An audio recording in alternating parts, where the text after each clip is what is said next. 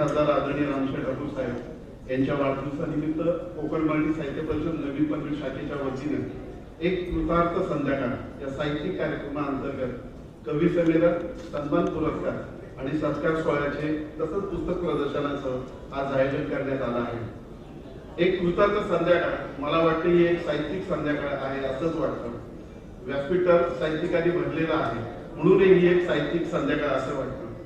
या समारंभासाठी उपस्थित असलेले की ज्यांचा आज वाढदिवस आहे असे लोकनेते माजी खासदार आदरणीय रामशेठ ठाकूर साहेब, कोकण मराठी साहित्य परिषदेचे संस्थापक अध्यक्ष, ज्येष्ठ साहित्यिक, पद्मश्री आदरणीय आमचे मार्गदर्शक मधु मंगेश कर्णिक साहेब, महाराष्ट्रातील एक सुप्रसिद्ध कवी, हास्यकवी सन्माननीय अशोक नायगावकर सर, रायगडच्या मातीतले आणि आपल्या सर्वांच्या जवळचे असलेले साहित्यिक कवी सन्माननीय अरुणजी म्हात्रे, पनवेलचे आमदार सन्माननीय प्रशांत ठाकूर, रायगड जिल्हा काँग्रेसचे अध्यक्ष सन्माननीय कामगार नेते महेंद्र गरज, ज्येष्ठ पत्रकार सन्माननीय मधुकर भावे, कोकण मराठी साहित्य परिषदेचे जनसंपर्क प्रमुख प्राध्यापक एल पाटील, मी व्यासपीठावरील सर्वांची नावं घेतली, सर्व उपस्थित व्यासपीठ आणि आपण माझे सर्व साहित्यिक, लेखक, कवी या सर्वांचं मी इथे स्वागत करतो। त्याचप्रमाणे रामशेठ ठाकूर साहेबांवर आपण प्रेम करणारे कार्यकर्ते, जनार्दन भगत शिक्षण प्रसारक संस्थेचे सर्व शिक्षक, प्राचार्य, पदाधिकारी, आपल्या सर्व कार्यकर्ते बंधू भगिनींचं मी स्वागत करतो। लोकनेते रामशेठ ठाकूर साहेब यांचे साहित्यिक, कवी, लेखक यांचे सलोख्याचे संबंध आहेत, अगदी जवळचे संबंध आहेत असं म्हटलं तरी काय वावगं होणार नाही। रायगड, नवी मुंबई तर अगदी महाराष्ट्रातील साहित्यिक कार्यक्रम, उपक्रम, साहित्य संमेलने असतील, कुठल्या कवी अथवा लेखकाला आपलं पुस्तक प्रकाशित करायचं असेल त्या पलीकडे जाऊन साहित्यिकांना व्यक्तिगत मदत माननीय रामशेठ ठाकूर साहेब यांनी केली आहे, करत आहे। साहित्य चळवळ टिकावी, ज्येष्ठ साहित्यिकांकडून नवोदित लेखकांना, कवींना प्रेरणा मिळावी यासाठी होत असलेल्या उपक्रमांना माननीय रामशेठ ठाकूर साहेब यांनी मदत केलेली आहे, सहकार्य केलेलं आहे। कोकणातील साहित्यिक, कवी, लेखकांना साहित्य चळवळीचे व्यासपीठ मिळावे म्हणून पद्मश्री आदरणीय मधु मंगेश कर्णिक यांनी कोकण मराठी साहित्य परिषदेची स्थापना केली। मुंबईपासून अगदी गोव्यापर्यंत त्यांनी आपल्या सहकार्यांसोबत परिषदेच्या अनेक शाखा उभ्या केल्या। आज आपला रायगड जिल्हा सर्वाधिक शाखा असलेला हा जिल्हा आहे। विपुल साहित्य संपदा असलेले आदरणीय मधुभाई 93 वर्षाचे आहेत। कोकण मराठी साहित्य परिषदेचे संस्थापक अध्यक्ष आहेत, ज्यांच्या मार्गदर्शनाखाली आज आमची नवीन पनवेल शाखा काम करत आहे। मधुभाईंच्या मार्गदर्शनाखाली कोकण मराठी साहित्य परिषदेच्या अनेक शाखातून अनेक साहित्यिक, कवी घडले आहेत, घडत आहेत। कोकण मराठी साहित्य परिषदेच्या अध्यक्ष नमिता कील, कार्याध्यक्ष डॉक्टर प्रदीप ढवळ हे यशस्वीपणे कारभार सांभाळत आहेत। साहित्य संमेलन, महिलांसाठी साहित्य संमेलन, जिल्हा संमेलने, पुस्तकांना पारितोषिके, मराठी भाषेला स्वायत्त दर्जा मिळावा यासाठी शासन दरबारी करत असलेले प्रयत्न, मराठी भाषा दिन, युवा शक्तीच्या माध्यमातून साहित्य संमेलन, कार्यशाळा आदी विविध उपक्रम साहित्य परिषदेच्या माध्यमातून राबवले जात आहेत। कोकण मराठी साहित्य परिषद नवीन पनवेल शाखेच्या माध्यमातून मराठी भाषा दिन, साहित्यिक कार्यशाळा, पोपटी कवी संमेलन आदी उपक्रम राबवले जात आहेत। शाखेतर्फे ओंजळीतील शब्दफुले हा रायगड, नवी मुंबईतील कवींच्या कवितांचा कविता संग्रह प्रकाशित करण्यात आला। या कार्यक्रमासाठी अखिल भारतीय मराठी साहित्य परिषदे साहित्य संमेलनाचे माजी अध्यक्ष सन्माननीय उत्तम कांबळे उपस्थित होते। कवितेची कार्यशाळा हा सुद्धा उपक्रम आम्ही पनवेलमध्ये घेतला। या कार्यक्रमात कोकण मराठी साहित्य परिषदेचे संस्थापक अध्यक्ष पद्मश्री मधुभाई मंगेश कर्णिक उपस्थित होते, ज्येष्ठ साहित्यिक रामदासजी फोटाणे उपस्थित होते, अरुण मंत्री उपस्थित होते। पोपटी कवी सभेनंतर हा दरवर्षी या शाखेचा एक आगळावेगळा उपक्रम असतो। त्याही कार्यक्रमाला साहित्यिक, पत्रकार, नाट्य, चित्रपट क्षेत्रातील विविध मान्यवरांची उपस्थिती लाभलेली आहे। अशा प्रकारे विविध उपक्रम या शाखेतर्फे राबवला जातो। आजचा कार्यक्रम हा लोकनेते माजी खासदार माननीय रामशेठ ठाकूर साहेब यांच्या वाढदिवसानिमित्त एक कृतार्थ संध्याकाळ या साहित्यिक कार्यक्रमांतर्गत कवी संमेलन, सन्मान पुरस्कार, सत्कार सोहळ्याचे आयोजन केलेले आहे। आताच नुकताच कवी संमेलन झालं, त्याच्या अजून काही कवितांच्या कविता राहिलेल्या आहेत. वेगवेगळ्या ठिकाणून कवी आले, एकाच एक कविता अशा सादर केल्या गेल्या. या कवी संमेलनात रायगड, नवी मुंबई, ठाणे, कल्याण या भागातील कवींनी आपल्या कविता सादर केल्या. त्याचप्रमाणे आज मान्यवरांची हस्ते आपण सन्मान पुरस्कार या वाढदिवसाच्या निमित्ताने देत आहोत, ज्यामध्ये महाराष्ट्र शासनाच्या उद्योग विभागातर्फे रायगड जिल्ह्यातील 4 उद्योगांना राज्य निर्यात पुरस्कार उद्योग मंत्री उदय सामंत यांच्या हस्ते प्रदान करण्यात आले. त्यामध्ये पनवेलमधील विजय लोखंडे, एक यशस्वी उद्योजक, यांना राज्य निर्यात पुरस्काराने सन्मानित करण्यात आले.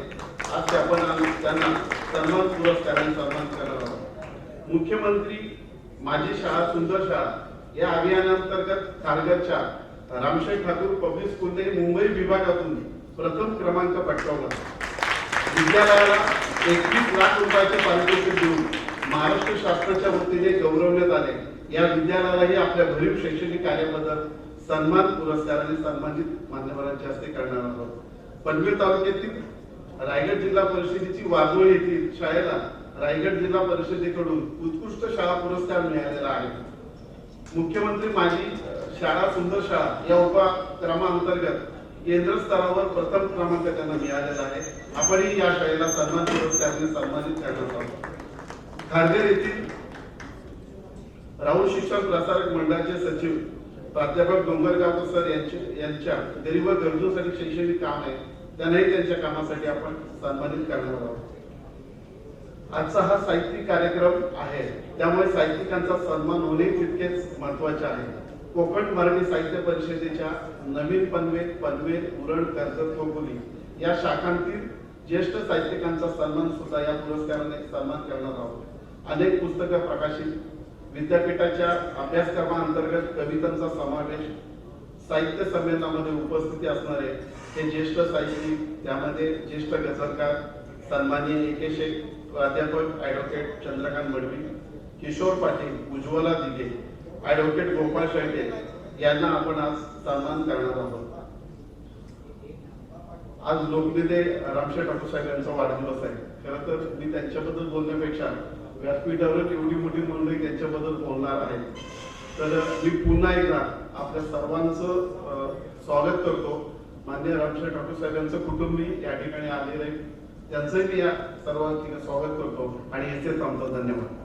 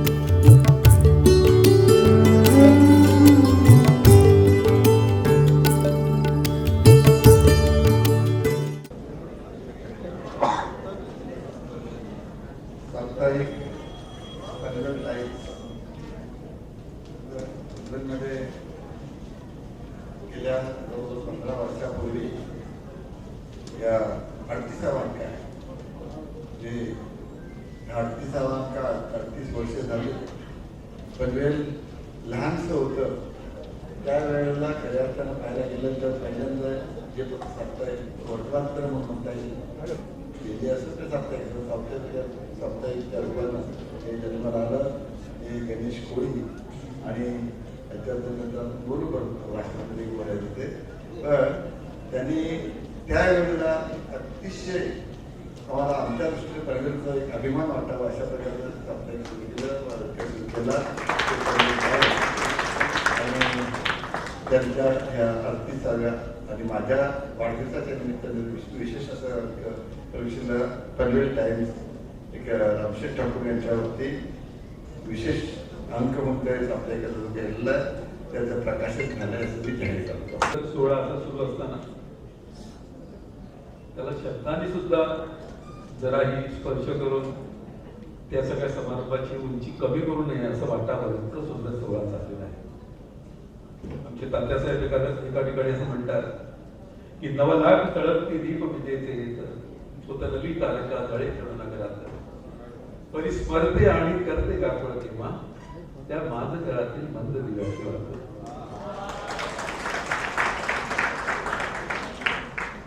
मगापासून सारखा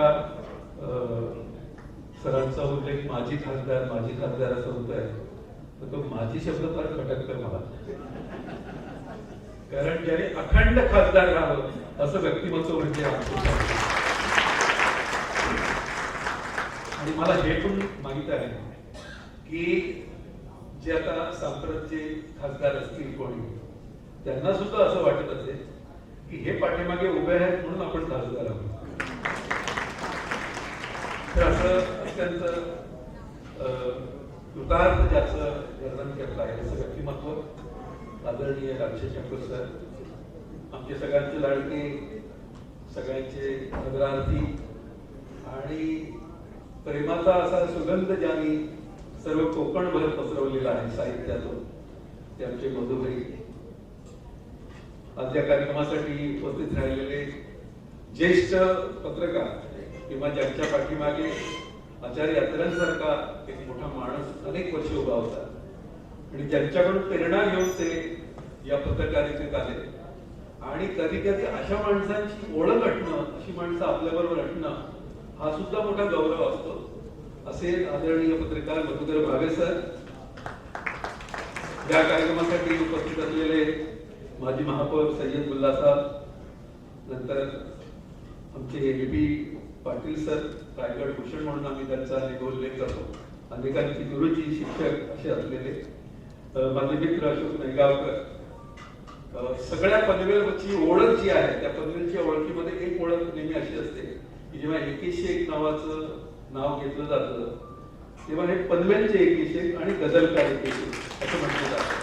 हे दोन गझल नावाची गोष्ट सगळ्या महाराष्ट्रामध्ये विशेषतः आपल्या रायगड आणि जिल्ह्यामध्ये ज्यांनी पसरवली त्यातून ते गोड गळ्याचे आमचे 2101 सर. आणि हे प्रत्येकाच्या डोळ्यात मी पाहतोय एक कृतार्थ भावना, एक प्रसन्न भावना. ही भावना काही तयार करून येत नाही, सांगून येत नाही. रामशेठ ठाकूर यांच्याविषयीचे प्रेम सगळं जे आहे, जे ममत्व आहे, जो एक आधार आहे, जो एक आदर आहे, तो सगळा आपल्याला या सगळ्या समारंभामध्ये दिसतो आहे.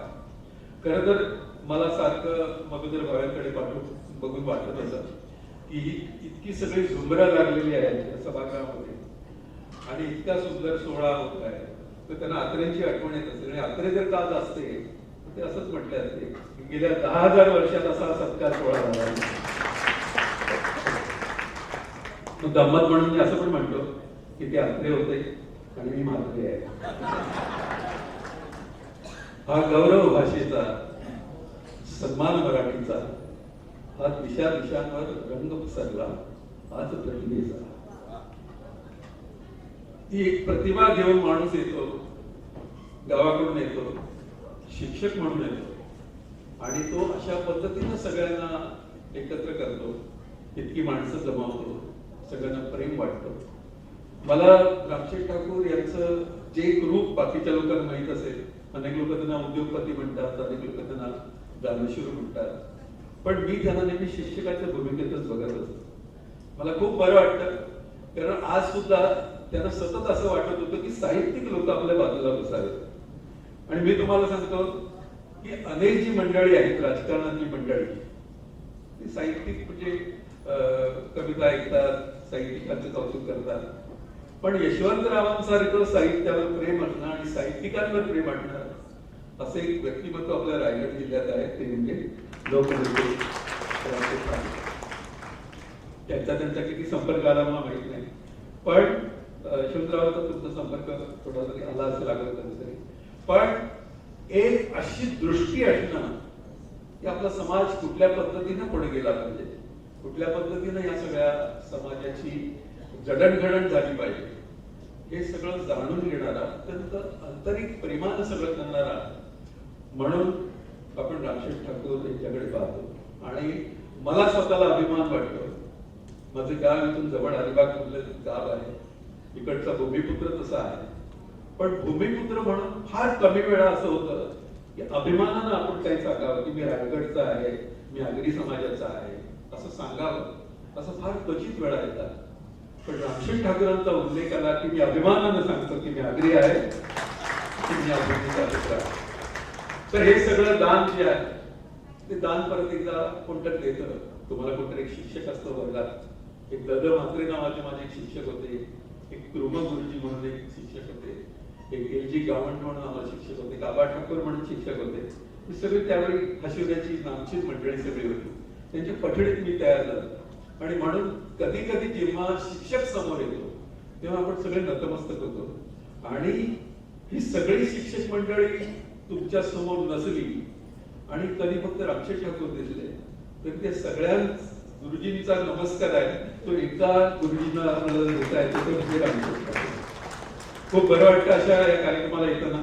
जेव्हा गणेश कोळीचा मला फोन आला की असा असा कार्यक्रम करायचा आहे, तर म्हटलं मी नक्की येतो, कारण त्यांच्याबरोबर खूप छान अशा आपल्या घरातल्या गप्पा गोष्टी आम्ही केलेल्या आहेत. त्यांच्याबरोबर घरात बसून जेव्हा ते घरात बसतात आणि गप्पा गोष्टी होतात, कविता आम्ही ऐकवतो किंवा काही फरमाईश करतात, ते आमच्या आयुष्यातले सगळ्यात आनंदाचे क्षण असे आहे. कारण बाकीच्या वेळी आम्ही त्या समारंभात खूप ठिकाणी जातो, सगळं देशभर फिरतो, देशाबाहेर फिरतो, पण काही ठिकाणी गेल्यावर खरोखरच ते माझं घरातील बंद दिव्याची वाचा असं जे म्हणतो ते सगळं वाटणं आहे, ते रामशेठ ठाकूर यांच्याकडे आल्या होतात. आणि त्याच्यामुळे त्याचा एक खूप आनंद मी व्यक्त करतो. आज इतकी सगळी माणसं जमलेली आहेत ती मला म्हणजे आमच्या गावच्या भाषेत आमच्या आजी जर का असती तर ती म्हटली असती की नावा तरी किती घ्यावायची, इतकी सगळी माणसं आज आहेत. पण आज हा सगळा मला मोहम्मद अलवी साहेबांची एक शेर आठवतो.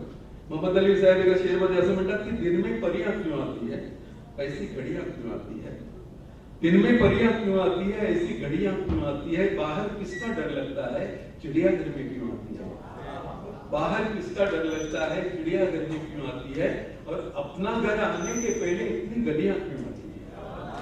आपलं घर यायच्या अगोदर एवढी सगळी गल्ल्या येतात, त्याचं कारण या सगळ्या गल्ल्यातून जाणारं हे आपलं प्रार्थना असतं. आणि या गल्ल्यातून गेल्यानंतर कुठली तरी एक अशी जागा मिळते, असं घर मिळतं तिथं आठवणीचं फुलपाखरू आपल्याला बोलावत असतं. फुलपाखरू मिळणं, ते घर मिळणं, हे आपल्यासाठी खूप मोठी गोष्ट असते. इतकी वर्ष साहित्याच्या या सगळ्या ह्याच्यामध्ये आहे. पु ल देशपांड्यांपासून आमच्या मधुबाईंपासून अनेक लोकांचे आशीर्वाद आम्हाला मिळालेले आहेत, त्यांच्याबरोबर कार्यक्रम सादर केलेले आहेत. पण जेव्हा मी पनवेलमध्ये येतो, आमचा गणेश कोळी काहीतरी कार्यक्रम करतो, शेकोटी संमेलन असतं, आणि त्या शेकोटी संमेलनाला सगळ्यात मोठ्या कळसातले आहे म्हणजे साक्षात रामशेठ ठाकूर त्या शेकोटी संमेलनामध्ये आलेले असतात. आणि त्यांचं हे असं येणं, एकदम सामान्यातून सामान्य होणं, साधं होणं, हे इतकं दिलासा देणारं असतं. एरवी त्यांच्यापर्यंत पोहोचणं फार कठीण आहे, पण साहित्य नावाचा असा एक धागा आहे, तो धागा आम्हाला त्यांच्याबरोबर बांधता येतो. आणि म्हणून या निमित्तानं मला त्यांचं तर अभिष्ट चिंतन मी करतो. खूप गणेशनी सगळं लिहिलेलं आहे, पण इतका वाढदिवस ते त्यांनी मला लिहिलं नाही, मुद्दाम पण ठीक आहे, त्याची काय काढते ना, आपण चिरतरुण म्हणू शकतो. आणि ज्या पद्धतीने ते वापरतायत ते सगळ्या लोकांना असं लागणारच आहे. पण आमचा एक कवी मित्र नेहमी म्हणतो सर कि मैं जिसे ओढ़ता बिछाता हूँ वो गजल आपको सुनाता हूँ, मैं जिसे ओढ़ता बिछाता हूँ वो गजल आपको सुनाता हूँ। एक घना जंगल है तेरी आंखों में, मैं जिसमें राह भूल जाता हूँ। एक घना जंगल है तेरी आंखों में, मैं जिसमें राह भूल जाता हूँ। तू किसी रेल सी गुजरती हो, मैं किसी पुल सा कराता हूँ। और जब से बाजू उखड़ गया और भी वजन उठाता हूँ। और हा सगळा भूभाग, ही सगळी माणसं याचं खूप कष्ट करून, खूप घाम गाळून, खूप त्रास सहन करून, खूप कष्टा खाऊन अशी पुढे आलेली माणसं आहेत. 20-25 वर्षापूर्वी किंवा 30 वर्षापूर्वी पनवेलचं हे सगळं रूप नव्हतं. पनवेल फक्त एक एसटी स्टँड होता खूप, आणि खूप वेळ तिकडे गाडी थांबायची म्हणून आपल्याला माहित होतं पनवेल डेपो. पण आता पनवेलचं रूप सगळं बदललेलं आहे.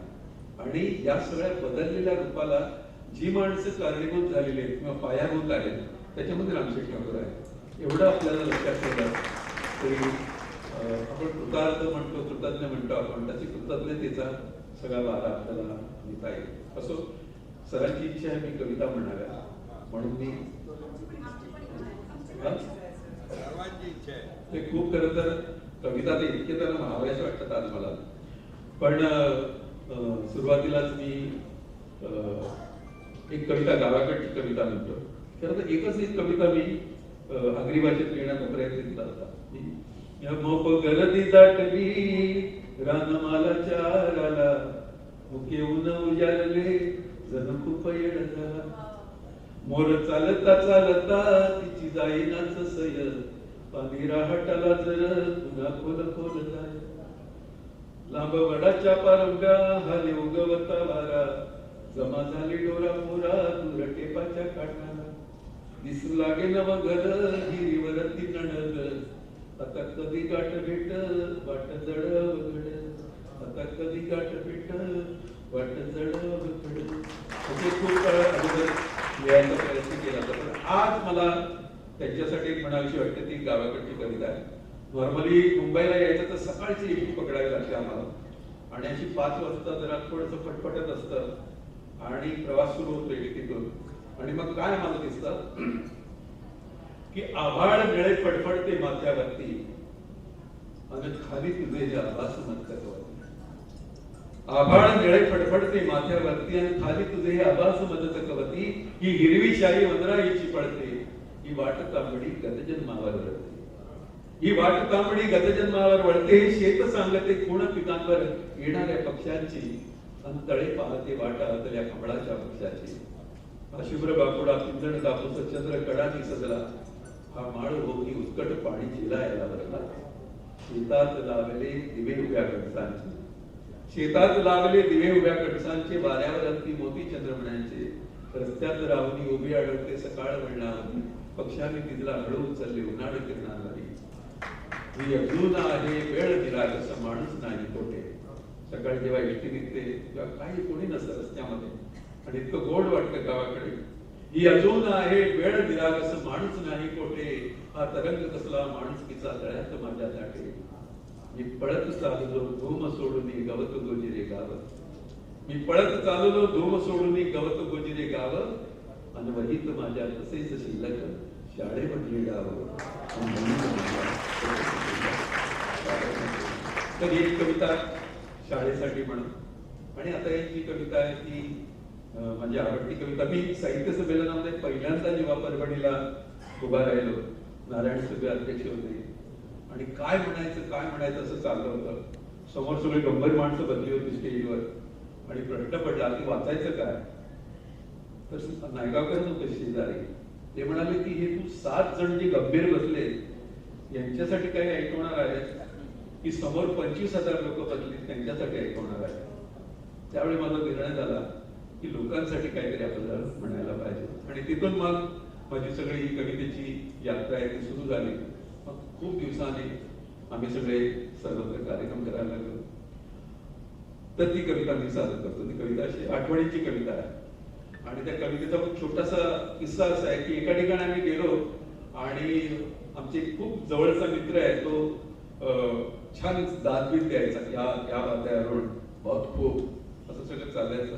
पण जेव्हा त्यांनी कार्यक्रम करायला आम्हाला त्याच्या कॉलेजमध्ये बोलवलं, विजय जोशी असं नाव त्याचं, आणि पुण्यात तो बदला होता असा, आणि तो अजिबातच जात देत नव्हता त्या दिवशी कार्यक्रमाला. आम्ही एवढे घाबरलो सगळे. नायगावकर गावात विचारलं की काय विजय, कसं काय प्रॉब्लेम झाला का, कार्यक्रम ठीक झाला ना? मी म्हणले बेस्ट कार्यक्रम केला तुम्ही. अरे म्हणलं बेस्ट कार्यक्रम केला आणि तू दात का देत नव्हतास मग? तर तो म्हणाला, फारच उत्तर विचित्र होतं. तो म्हणाला मी ते प्राध्यापक असल्यामुळे दात देऊ शकत नाही. म्हणजे नवीनच काहीतरी, कारण तो म्हणला की मी प्राध्यापक असल्यामुळे मी जर का दात दिली असती तर मुलं चिकाळली असती, म्हणून मी गप्प बसलो, मुलांना दात दिली. तर त्यामुळे माझ्या लक्षात आलं की जरा वय वाढलं किंवा पोझिशन वाढली की जरा दात कमी होते. आज तुमच्याकडे दात खूप देतात ते बरं वाटतंय मला, पण तुम्हाला ते सुटापटात माणसं आली ना की असं हळूच टाळ्या वाजवतात, फार जोरात टाळ्या वाजवतात. काही लोकांना टाळ्या वाजवणं इतकं कमीपणाचं वाटतं की ते घरी जाऊन टाळ्या वाजवतात.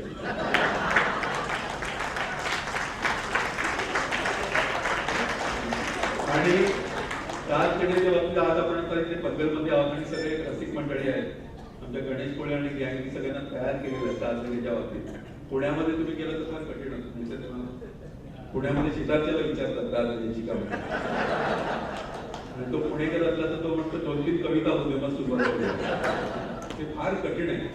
त्याच्यामुळे आम्ही सुरेश भटांचा नेहमी शेर म्हणतो सुरुवातीला की हे तुझे अशा वेळी लाजणे बरे नाही, चेहरा गुलाबाने झाकणे बरे नाही.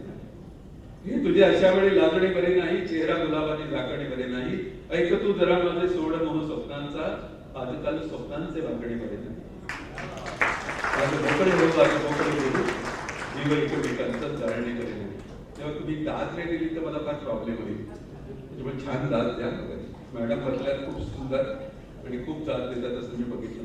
असं कधी कविता अशी आहे, छातीत फुले फुलण्याची, वाऱ्यावर मन झुलण्याची, ती वेळ निराळी होती, ही वेळ निराळी आहे. काय वेळ होती पूर्वी? डोळ्यातून तुमचे पाणी, मौनात मिसळते कोणी. डोळ्यातून तुमचे पाणी, मौनात मिसळते कोणी. वाढूत शब्द राहताना, वाढूत शब्द राहताना, लाटेने गैवरण्याची, ती वेळ निराळी होती, ही वेळ निराळी आहे. प्रेमाचा अनुभव बघा की तू वळून हसलीस जेव्हा, नक्षत्र निखळले तेव्हा. तू वळून हसलीस जेव्हा, नक्षत्र निखळले तेव्हा. मन शहारून मिटण्याची, डोळ्यात चंद्र टिपण्याची, ती वेळ निराळी होती, ही वेळ निराळी आहे. ज्या चंद्र कवडीच्या खाली कोणी साध घातली ओली, ज्या चंद्र कवडीच्या खाली कोणी साध घातली ओली. मग चंद्र वळून जाताना, मग चंद्र वळून जाताना, किरणात जळून जळण्याची, ही वेळ निराळी होती, ही वेळ निराळी आहे. इतकी सुंदर दात देतात ती मंडळी.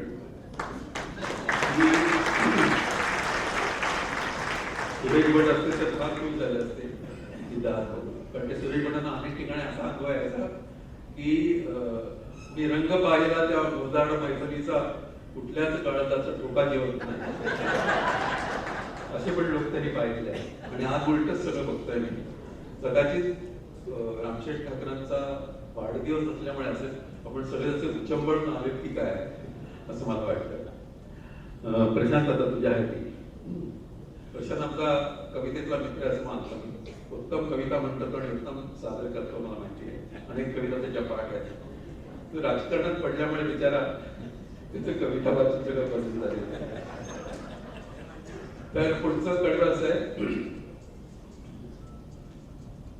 गावाच्या सीमेवरती जगण्याच्या हातायेती. गावाकडची रिकामी घरं बघून मला सुचलेलं आहे. रिकामी घरात माणसं बोलवतात, नोकरीनिमित्त सगळे मुंबईकडे शहरात जातात आणि घरं रिकामी राहतात. ती घरं रिकामी काय म्हणतात की या कोणीतरी आमच्यामध्ये राहिला आहे, असं आम्हाला मोकळं रिकामं ठेवू नका. तर त्याच वेळेला हाका मला ऐकू आल्यावर गावाच्या सीमेवरती जगण्याच्या हाकायती या कौलारू स्वप्नाना, त्या कौलारू स्वप्नाना आयुष्यदान देण्याची ही वेळ निराळी होती, ही वेळ निराळी आहे.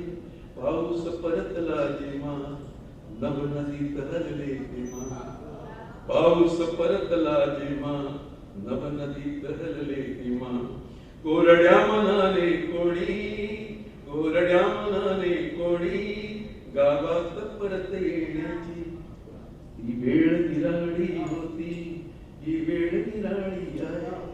आणि एक कडवं जे आहे ते आपल्या गावाकडचं आहे.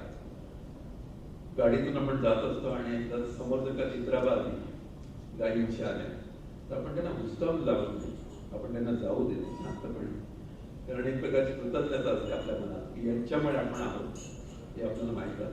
तर ते एक चित्र असं दिसते की समोर गायी येतात आणि हबकून थांबल्या गायी ही जशी शुभ्र पुण्याई, हबकून थांबल्या गायी ही जशी शुभ्र पुण्याई, त्या जुन्याच विहिरी पाशी, त्या जुन्याच विहिरी पाशी आईस हात देण्याची ही वेळ निराळी होती, ही वेळ निराळी आहे. आणि शेवटी सगळ्या कवींच्या वतीने की हे गाणे जे मालिले मी खूप मला आठवले, हे गाणे जे मालिले मी खूप मला आठवले, शब्दास हाक देताना. कवीच्या आयुष्यातली सगळ्यात वाईट गोष्ट कुठली आहे की शब्दास हाक देताना आतून रिते होण्याची वेळ निराळी होती, वेळ निराळी आहे. हातीत फुले फुलण्याची, वाऱ्यावर मन झुलण्याची ही वेळ निराळी होती, ही वेळ निराळी आहे, ही वेळ निराळी आहे. त्यापैकी मला थांबायला पाहिजे, सगळ्यांचं ऐकायचं आहे, पण मला गणेशने विनंती केली आहे की उंच मला झोकाचं कितीतरी कडवं म्हणा. तर ते हुंडा म्हणतो कारण लोकांना कळावं की मी लिहिलंय ते. आणि दुसरी खूप महत्वाची गोष्ट मला ती नेहमी म्हणण्यावर मी सांगतो की जरी ते रमाबाई रानड्यावर लिहिला ना तरी ते लिहिताना मला सारखी माझी चुली समोर बसलेली भाकरी थापणारी आणि फुंकणीनं चुलीमध्ये हवा भरणारी जी माझी आजी होती ना तीच मला सारखी आठवण, की जी माझ्यासाठी सगळ्या भाकऱ्या करायची, आमच्या सगळ्या घरासाठी भाकऱ्या करायची. किती अशी रचून इतक्या भाकऱ्या असायच्या. तर त्या सगळ्या बायका गावाकडच्या बायका मला आठवतात. तर त्यांना स्मरण हे गाणं मी लिहिले, तरी रमाबाईसाठी लिहिलं तरी सगळ्या स्त्रियांसाठी आहे. तर त्यातलं एकच कडवं फक्त मी म्हणतो, चांदणेचा मूल होती कोबड्या पाऊली, माप मी ओलांडले अन दूर गेली वाहतुकली, खेळण्याचे होते वय अंगणाची होती सय, सोवड्या मनात माझ्या भरे नभाचा आशय, धबकले उंबऱ्यात मी पाहुणी नवी पहाट, जणू जन्मले नव्याने भरता मळवट, हात अमृताचा वसा सात वेळी माझा सखा, त्याच्या उतारत डोळ्यात झुले उंच माझा झोका, उंच उंच माझा झोका, झुले उंच माझा झोका.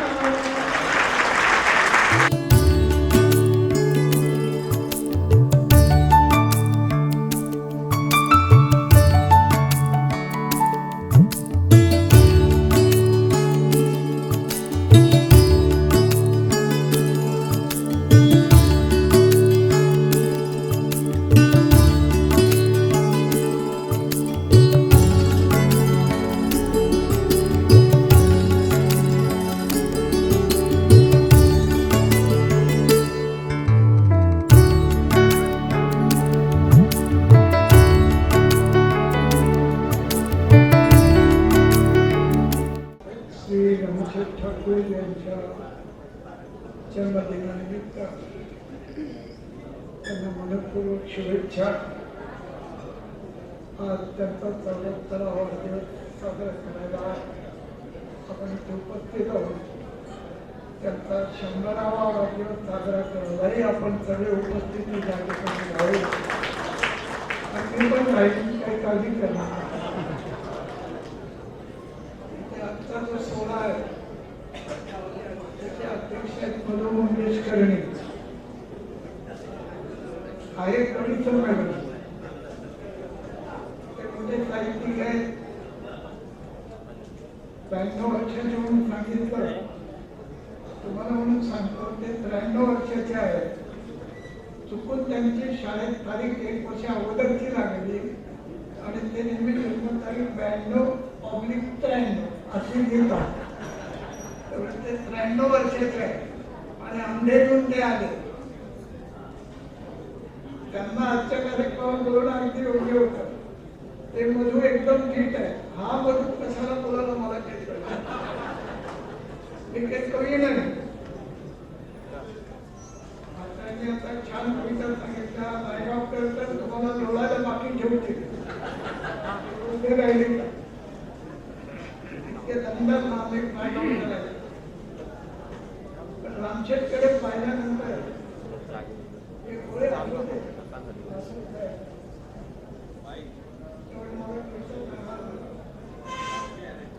देता देता इतके द्यावे येणाऱ्यांनी रामशेठ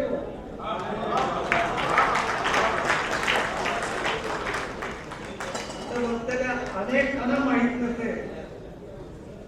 आज सत्कार कोणाचा झाला, शिक्षकांचा सत्कार कोणाचा झाला, शाळांच्या संचालकांचा, प्राचार्यांचा सत्कार कोणाचा झाला, पुष्पशाळा चालवणाऱ्यांचा, त्या बक्षिस मिळाल्याचा. 50 वर्षापूर्वी रामशेठ पनवेलच्या विठोबा खंडप्पा शाळेत 270 रुपये पगारावर एक शिक्षक होते. त्या शिक्षकांनी 50 वर्षात काय घडवलं. तुम्ही कविता मला जी सांगितली इंदिरा जोंधळेकरांची छान कविता आहे. माणसाला शोभणारे युद्ध एकच आहे. माणसाला शोभणारे युद्ध एकच आहे. आधी स्वतःला जिंकणे एवढे लक्षात.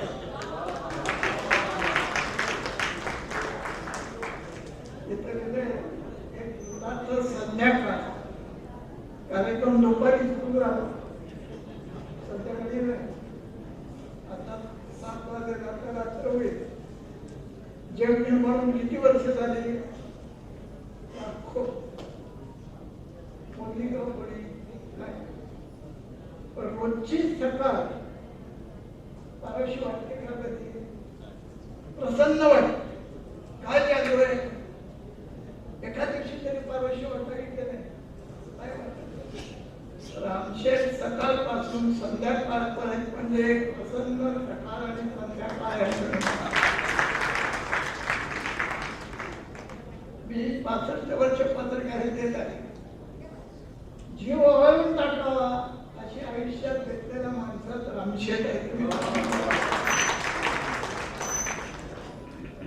हे रामशेठ रयत शिक्षण संस्थेमध्ये कमवा आणि शिका योजनेत शिकले. सकाळी नोकरी करायची, संध्याकाळी कॉलेज करायचे. रयत मध्ये आज आता 5 लाख विद्यार्थी शिकतात. स्थापना झाली 1924 साली. आता 100 वर्ष होऊन जाते. कोट्यावधी विद्यार्थी रयत मधून शिकून बाहेर पडले, मोठे झाले, जगात मोठ्या मोठ्या जागेवर पोहोचले. पण एकच विद्यार्थी आता निघाला ज्याचं घराचं दार उघडलं की रयतचे संस्थापक कर्मवीर भाऊराव पाटलांचा फोटो समोर आला. त्याच्या बाजूला आपले आई, आपले वडील त्यांचा फोटो आणि त्याच्या बाजूला आपले सासरे जनार्दन भगत यांचा फोटो. त्या 4ही फोटोना हार घातलेले. जगामध्ये आता विद्यार्थी नाही की आपल्या संस्थापक शाळेच्या त्या मुख्य माणसाचा फोटो घरात लावणार. आता जगात जावई पण नाही की आपल्या सासऱ्याचा करत होतो जाऊन त्याला हार नाही. सरळ विलक्षण आहे. आता माणूस सापडणे नाही. तुम्हाला मी सांगतो, साताऱ्याला तुम्ही इमारत बांधून दिली. तुम्हाला एकदा मुद्दाम मी सांगतो, तुम्ही शनिवारी ट्रिपला महाबळेश्वरला जाता, माथेरानला जाता, गोव्याला जाता, एकदा मोखाड्याला जा. मोखाडा माहिती आहे कुठे आहे? ठाणे जिल्ह्यात 40 किलोमीटर 28 किलोमीटरचा घाट आहे. सगळ्या आदिवासी आहे. रस्त्यावर त्या गरीब महिला 2 पायावर कडक फुलात बोरं जांभळं करवंद विकायला बसलेल्या आहेत. त्यांच्या आयुष्यात स्वप्नात कधी नव्हतं की आपली मुलं अशा एसी हॉलमध्ये कॉम्प्युटरचं शिक्षण माझी मुलं मुलगी घेऊ शकेल. रामशेठने काय उभं केलं असेल जगात कोण नाही. वेगात जाऊन बघा नुसतं आयुष्यामध्ये आयुष्यात आनंदाचे आणि समाधानाचे आणि कृतज्ञतेचे जे क्षण असतात, अरुण कल्पना हैराण नाही. त्या कॉम्प्युटर रूम मध्ये ज्याने स्वप्नात कधी वाटलं होतं की आपली मुलं मुली कॉम्प्युटर शिकायला बघतील, ते आदिवासी मुलं मुली तिथे पाहिल्यानंतर माझ्या डोळ्यात पाणी असायचं. 50 वेळा 28 किलोमीटरचा घाट करून तिथे गेले. तो घाट कसा बघा, एकच वाहन जातं, दुसरं वाहन आलं तर अगदी बाजूला घ्यायचं, उभं करायचं, कोणीचं उतरायचं, हळूहळू त्या वाहनाला काढायचं. काय पाहिजे, कोणाला पाहिजे तिथे जाऊन बघा तुम्ही. तिथे ते महाविद्यालय रामशेठ तुम्ही जे उभं केलं ना, तुमच्या आयुष्यातला सर्वोच्च बिंदू आहे. प्रसिद्धी स्वतःची प्रसिद्धी आता सकाळी वेळेत घालताय तोच घालून राहा. या वेळेस आज माझा वाढदिवस आहे, त्याला आहे तसं आहे. काही फरक लागत नाही त्या माणसामध्ये. आणि म्हणून हा सत्कार रामशेठ तुमचा नाही. उद्याच्या पिढीसाठी या मुलांना कळलं पाहिजे की तुमचं जे घर जुनं घर आहे, त्या जन्म झाला तुमचा, ते घर जाऊन बघायचं. ते घर किंवा पण जपून ठेवलं त्यांनी. बाकी अनेकांना बांधून दिली गेलं. किती मुलांना शिकवलं, किती मुलांच्या फिया माफ केल्या, किती शिक्षण संस्था उभारल्या, नामवंत शिक्षण संस्था केल्या. मुंबई विद्यापीठामध्ये तुमचं क्रिकेटी कॉलेज 5व्या क्रमांकाचं आहे या देशात. जगणं काही सोपं नाहीये. राजकारणात राहून राजकारणात पोचलेला आणि समाजकारणात खंबीरपणे उभा राहणारा असा माणूस आहे. विलासराव देशमुख मुख्यमंत्री होते. विलासराव म्हणाले, मला प्रत्येक जिल्ह्यात एक रामशेठ असला पाहिजे.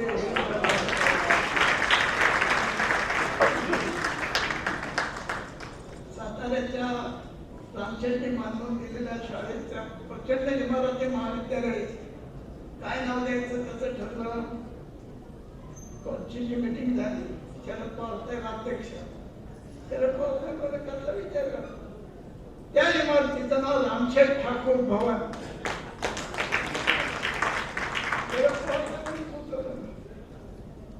रॅक मध्ये 5 लाख विद्यार्थी. कॉम्प्युटरचं युग आलं जेव्हा, तेव्हा प्रस्ताव आणला रावसाहेब शिंदेने की मुलांना कॉम्प्युटर शिकवला पाहिजे. विकास सावंतला बोलवलं. प्रस्ताव आहे आता काय खर्च आहे 12 कोटी. संपूर्ण देशाच्या विद्यार्थ्यांना कॉम्प्युटर शिक्षण द्यायचं 12 कोटी लागणार. पवार मीटिंग बोलवली, 12 लोकांना बोलवलं. पहिल्या पुढच्या रामशेठ प्रस्तावाचा काय बोला, माझे 1 कोटी, 1 कोटी, सुप्रिया 1 कोटी, 12 माणसं, 12 मिनिटं, 12 कोटी, 12 कप चहा. मीटिंग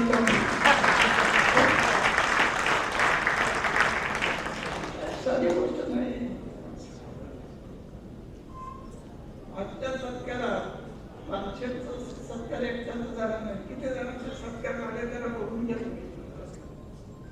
या सगळ्या शिक्षकांची आठवण ठेवून असा कार्यक्रम करणं रामशेठ बाकी कोणालाही जमणार नाही.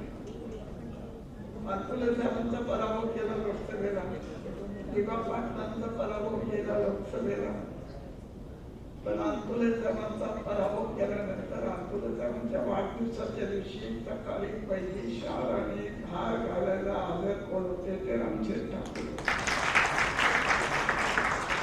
दिवा पाटलांचा पराभव केला. नवी मुंबई विमानतळाला दिवा पाटलांचं नाव द्या तर करोनाच्या काळात 1 लाख लोकांचा मोर्चा काढायला सुसंस्कृत राजकारणाची जी एक भूमिका यशवंतराव चव्हाणांनी महाराष्ट्रात घेतली, ते राजकारणात आले, 2दा खासदार झाले, 2दा निवडून आलेला माणूस, महाराष्ट्रात 2दा खासदार म्हणून निवडून आलेला माणूस 3ऱ्यांदा केव्हा थांबतो म्हणजे पटला. ते म्हणाले आता मला राजकारणात पद नकोय, मी निवडणूक लढवणार नाही. 80% 90% समाजकारणात असलेला माणूस आहे, खूप बोलता येईल, मी काही कमी नाही साहेब,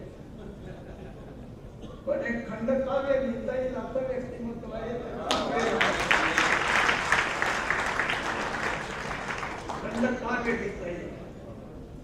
शेवटी कोण असतो एवढंच त्या उस्मानाबाईंची छान कविता आहे. असीम अनंत विश्वाचे रण, असीम अनंत विश्वाचे रण, त्याचा हा पृथ्वीचा इवला कळ, त्यातला आशिया, त्यातला भारत, छोट्याशा शहरी छोट्याशा घरात कोणी मी होते, शुद्रता होती अफाट. त्या विश्वाच्या रणामध्ये पृथ्वी एवढीशी आहे, पृथ्वीमधला भारत एवढंच आहे, त्या भारतामधला महाराष्ट्र एवढंच आहे, त्या महाराष्ट्रातलं पनवेल एवढंच आहे, त्या पनवेल मधलं रामशेठचं जुनं घर एवढंच आहे, त्या घरात जन्माला आलेलं रामशेठ एवढीशी आहे. पण एवढीशी रामशेठी पृथ्वीला प्रचंडपणे अभिमान वाटेल.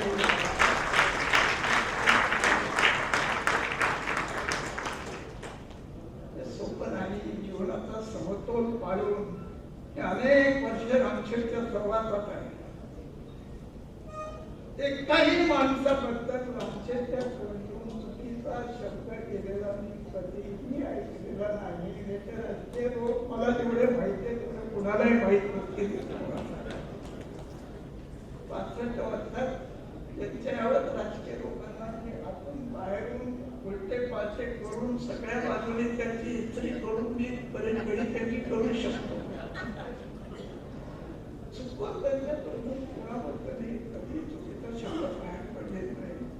हे वागणं सोपं नाही. पैशाची मस्ती असलेली माणसं जगात खूप आहे, पण देणारा रामशेठ एकच आहे.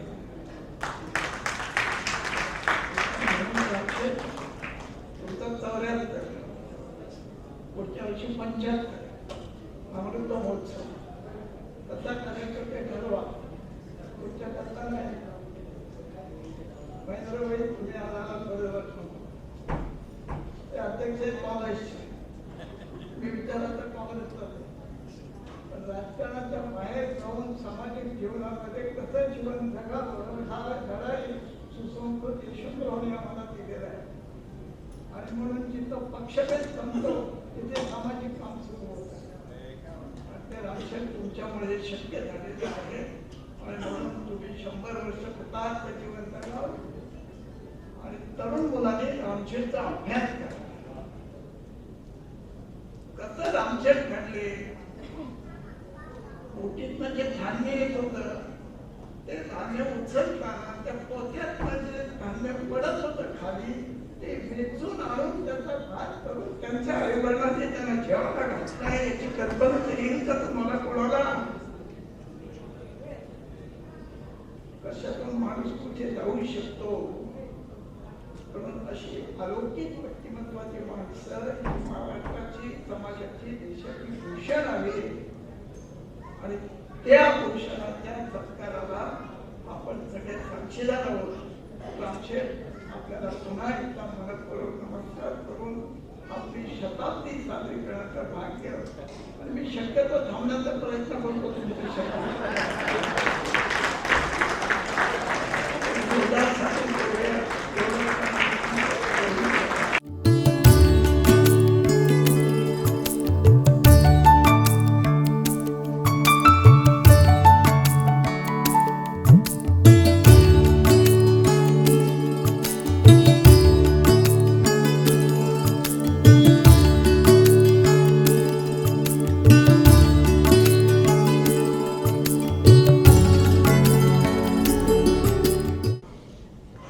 दानशूर व्यक्तीच्या बाजूला बसण्याचा योग आला आणि त्याचा दुसरा एक नातं असं सर रामशेर यांच्याशी की ते ज्या तिथल्या सातारच्या जमिनीच्या बागेमध्ये शिकले असतील तर तिथे त्या छत्रपती शिवाजी कॉलेजमध्ये मी त्या महाविद्यालयाचा विद्यार्थी आहे आणि ते सगळं कर्मवीरांचं सगळं जीवन आहे त्याचा काही संस्कार माझ्यावर देखील आहे आणि कर्मवीर अण्णांच्या म्हणजे मला आठवत आहे की कमवा आणि शिका माझ्या वर्गामध्ये प्रिडिग्रीला ती खाकी अफगाण घातलेली मुलं असायची तिथं ते शेतामध्ये काहीतरी काम करून ती आलेली असायची आणि त्यांचे जे डबे आहेत घरनं ते एसटीने यायचे एखाद्या दिवशी एसटी उशिरा आली नाही आली तर त्यांना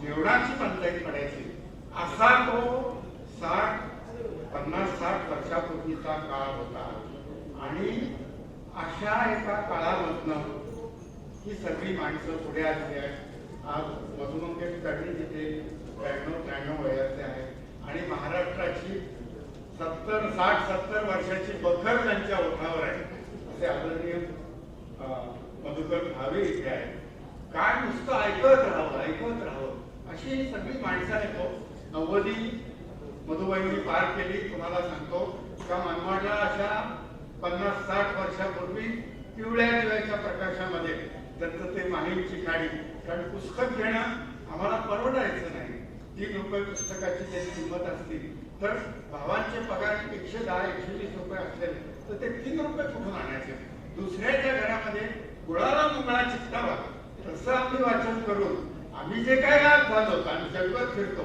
त्याच्या मागे प्रेरणा जी आहे ती अशा व्यक्तींची आहे त्या मधुबाईंना मी कारण इतकी संपन्न इतकी श्रीमंत अशी कोकण मराठी साहित्य परिषदेची पनवेल सारखी श्रीमंत शाखा संबंध कुठेही नसेल इतका देखणा कारण परवाने आम्ही तिकडे त्यालाही होतो मालगुंडलाही होतो सगळीकडे मी 2दा अध्यक्ष राहिलेलो आहे पण इतकं श्रीमंत आता तुम्ही लोक एवढा वेळ ऐकताय एखादं काय म्हणे बाहेर खूप गरम होतंय आणि इथे एसी आहे म्हणून लोक बसले काय तसं काय नाही मी काय तुम्हाला असं दिवसच नाहीये तुम्ही चांगलं ऐकता आहात तुम्हाला सांगतो अरुण म्हात्रेंच्या कवितेला तुम्ही चांगली दाद देता तेव्हा मी काय तुमच्यावर असा दोषारोप करत नाही बाहेर गरम होतंय आणि म्हणून आम्ही इथं बसून आहोत असं मी बिलकुल रामशेर मी म्हणत नाही तर असं सगळं चांगली माणसं म्हणजे काय होतो आणि काय लांबा उगवे आगरी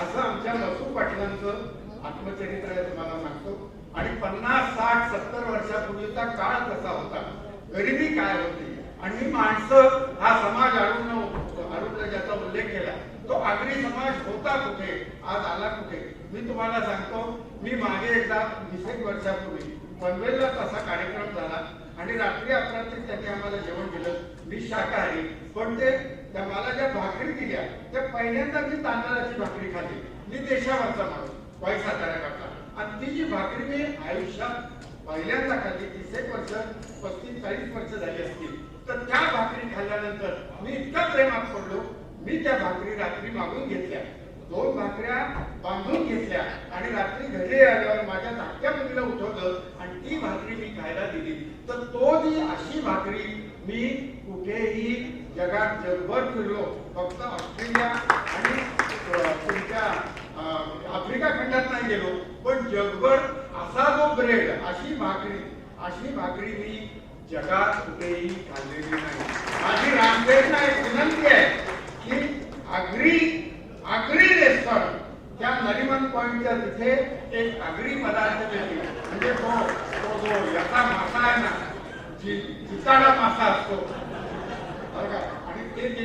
नंतर त्या माणसाला मुलांना नोकरी लागायची. त्या साहेबाला जिताडा मासा आणून दिला असं कुठल्या तरी आत्मचरित्रामध्ये मी वाचलेलं आहे. माझं म्हणणं असं की एवढा हा सांस्कृतिक दृष्ट्या श्रीमंत असलेला जो भाग आहे त्याचं एक मुंबईला ब्लॅकबेल रेकग्नेशन मध्ये एक आगरी पद्धतीचं एक भोजन, आगरी सगळं जो कल्चर आहे ना त्याचं भोजन असलेलं हॉटेल. आणि म्हणजे काय की भाकरी 125 रुपयाच्या खाली मिळणार नाही, इतकी मागणी असली पाहिजे. खरंच सांगतो तुम्हाला. तर हे असं सगळं आता काय तुम्हाला सांगू की पनवेलकडे आलं ना की लोक म्हणतात की असं उकडतंय, खूप गरम होत आहे. म्हणजे तेव्हा काय की रामशेठ ठाकूरांचा वाढदिवस आला की नंतर काळे मेघ दाटून येतात आणि सगळीकडे पावसाची बरसात होते. आमचे सगळ्यांचे वाढदिवस डिसेंबर वगैरे असल्या महिन्यामध्ये लोकांना पांघरूणच घ्यावे लागतात असेच आहे. आणि पावसाची आगमन होईल अशा मान्सूनच्या उंबरठ्यावर त्यांचा वाढदिवस आहे. त्या रामशेठना मी अतिशय आयु आरोग्य आणि असंच हसत खेळत ते अनेक वर्ष माझी 75 झालेली आहे. त्यामुळे मला हा अधिकार आहे त्यांना शुभेच्छा देण्याचा वगैरे. तर ती कशी करायची, ती 75 खूप जोरात झाली पाहिजे. मी तुम्हाला सांगतो मोठ्या प्रमाणात संबंध पनवेल नाही की महाराष्ट्राच्या एका दानशूर माणसाची ही 75 आहे. नुसतं पनवेल असं त्यांना संकुचित सीमित करू नका तुम्हाला सांगतो. आणि दुसरी एक विनंती ते करतो की अखिल भारतीय मराठी साहित्य संमेलन हे रामशेठ यांच्या वडाच्या झाडाखाली व्हावं अशी मी प्रतिक्रिया व्यक्त करतो. त्याचे स्वागतात लक्ष आपले एकशे आहेतच तुम्हाला सांगतो. तर हे झालं थोडस. त्यांनी मला कविता म्हणायला सांगितलेली आहे. तर आता काय म्हणू असं मला तुम्हाला सांगतो की इथं तिथे सगळं छान वातावरण आहे. मी जे बाहेर असतो ना तर तिथे सगळं विचित्रच वातावरण आहे. परवा मी गावी गेलो तो माणूस असा सूर्याकडे हात दाखवून म्हणत होता उद्या त्याला कसा उगवतोय बघतो. असं मस्ती लोकांचे कवी म्हणजे कसं छान चंद्र चांदणं वगैरे असं छातीचं फुले फुलण्याची वगैरे कसं छान आपल्याला ऐकतात. तर मला असं काही सुचतच नाही तुम्हाला सांगतो. चंद्र चांदणं प्रेयसी वगैरे अहो आमच्या कवितेत बायको येणं मुश्किल. तर बोलायला प्रेयसी कुठून येणार, सगळा नुसकानी भाग हो.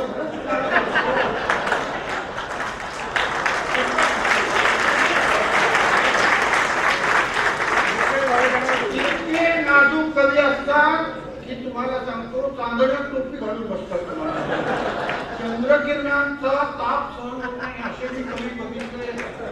अगदी म्हणजे असं तुम्हाला सांगतो पूजागिरीला वगैरे मला बोलवत नाही ते कधी. हे सगळं असं गोड वगैरे मला तिला बोलवलं आणि ते मध्यंतरात दूध आलं. अजून तरी मध्यंतरात दूधच येतं पुढे काय येईल काय सांगताय. तर दूध पिता मी म्हटलं काय चांदणं पडलंय. ते सेक्रेटरी लगेच बॅटरी घेऊन आले कुठं पडलंय. असा सगळा वेगळा म्हणजे कवी कसा हळुवार असतो ना तो मला हळुवार शब्दाचा अर्थ हळू केलेला वार असं सगळा वेगळा बाजार तुम्हाला सांगतो. पण चंद्र वगैरे जाऊ द्या. सूर्याला मी एकदा विचारलं म्हटलं कसं काय चाललंय. म्हणाला निवड ढकलतो. सूर्यासारखा सूर्य निवड ढकलायची पाळी आली. पण सूर्याकडून मी एक गोष्ट शिकलो अंधार पडायच्या घरी परत जायचं. अवघड आहे महिलांचा विषय नाही तो तुम्हाला सांगतो. अहो आमच्या इथं परवा 31 डिसेंबरला 20 लोकांची पार्टी 40 व्हॉलंटियर नेमावे लागले. तुम्हाला सांगतो एक इकडनं धरायला एक इकडनं धरायला. ते धरायला जाणे पडले हो तुम्हाला सांगतो. धरायला जाणारे लोक पडतात. पाठी पडण्यातील तो टॅक्सीचा माणूस असा उतरला हलेडुले अवस्थेत. तो म्हणतो आम्हाला सोसायटी आहे याच्या म्हणून. असा सगळा काळ आहे माझ्या कवितेचा. म्हणजे रामशेठ आपल्याला सांगतो आमच्या इथं तिळगुळ देताना मध्ये मारामारी झाली. तुम्हाला एका गटाचे लोक दुसऱ्या गटाला तिळगुळ द्यायला गेले. ते म्हणे तिळगुळ घ्या बरोबर. तर म्हणे तिळगुळ घ्या चावलं पडायचं म्हणून. बरोबर कुणाला शिकवतात.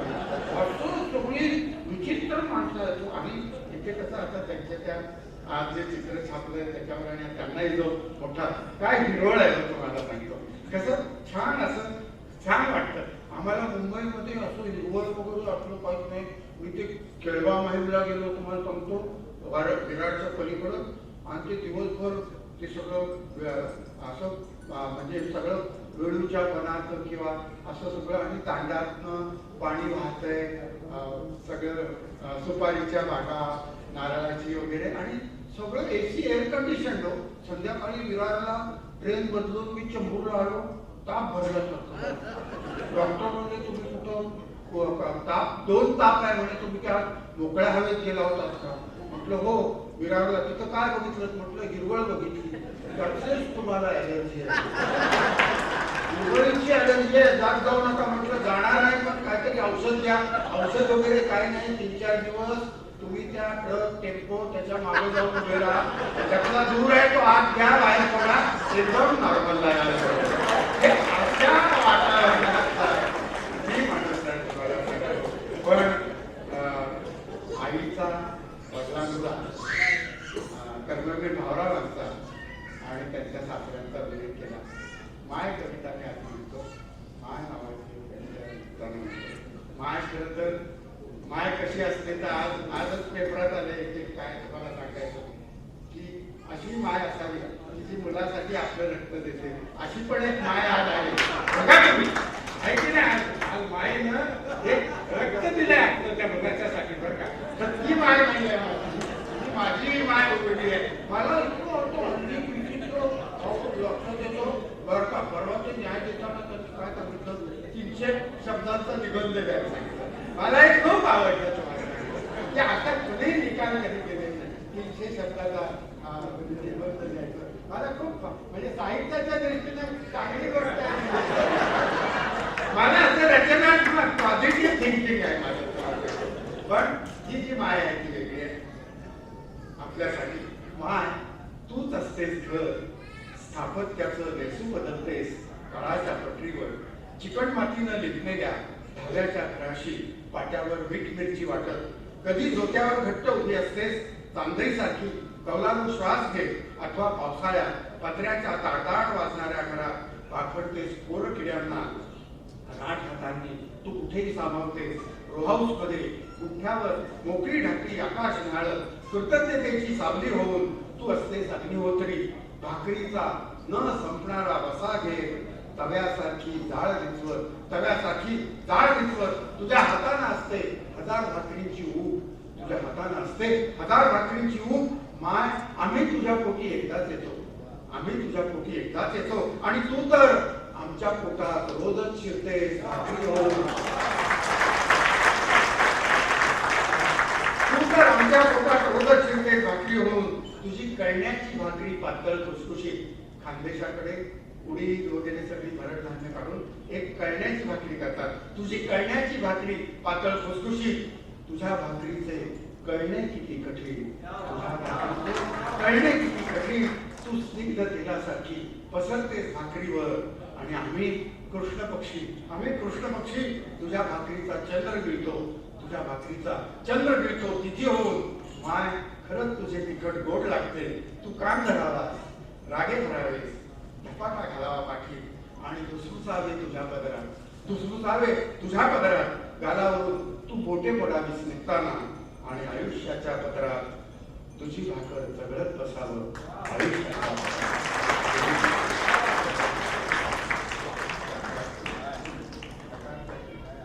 त्यांनी आता भाज्यांचा उल्लेख केला होता तर भाज्यांची कविता त्यांनी आता मागाशी येताना पण मग वाढणार नाही का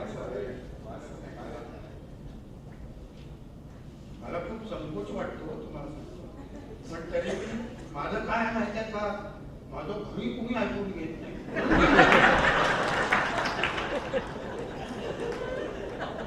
खरं तिथं कसं शाल बिल वगैरे कसं बघा शाल अहो परवा मी घरी आंघोळीला गेलो टावेल मागितला मुलीला म्हटलं टावेल दे ती म्हणजे तुमचा हात मोकळा असं उलट बोलता तो खरंच म्हणजे असं यशस्वीला असं काय असं प्रश्न असतो काय, खालील प्रश्नांची थोडक्यात उलट उत्तरे लिहा. असं उलट बोलतात आमच्याकडे. पण जाऊ द्या, आता इथले लोक चांगले आहेत. बघा आता हे अरुण म्हात्रे वगैरे आहेत ना, लय अवघड कमी. आपल्या बाप जन्मात असं लिहिता येणार नाही. खरंच सांगतो, हे जे आहेत ना, हे तुमच्या आपल्यामध्ये अंतर ठेवतात. मी तुमच्यातला माणूस आहे. माझी कविता ऐकल्यावर असं वाटतं ना की आपण उद्याही 100 पानाची वही आणून आपण कोणता लिहू शकतो. कॉन्फिडन्स देणारा माणूस आहे मला. लय सोपं आहे कविता लिहिणं. तुम्हाला सांगतो बघा, विषमतेवर मार्क्सनं काल मार्क्सनं लिहिलं हॅव नॉट, आहे रे नाही रे. तर ही जगातली विषमता आहे. पण मी चेंबूर गावठाणमध्ये राहतो, मी देहात काय विषमता आहे हे लिहिलं तुम्हाला सांगतो. आणि अगदी अगदी तुम्हाला वाटेल कॉन्फिडन्स देणार कविता. बघा मी ते कशी विषमता मांडलेली. उजव्याने एक एक घास हळूच तोंडात टाकायचा, डाव्याने मात्र बघत बसायचं. उजव्याने एक एक घास हळूच तोंडात टाकायचा, डाव्याने बघत बसायचं, डाव्याने मात्र बघत बसायचं. पानातलं संपत आलं म्हणताना डाव हजरच, डावा हजरच वाटेल्या डाव उडून वाढायला.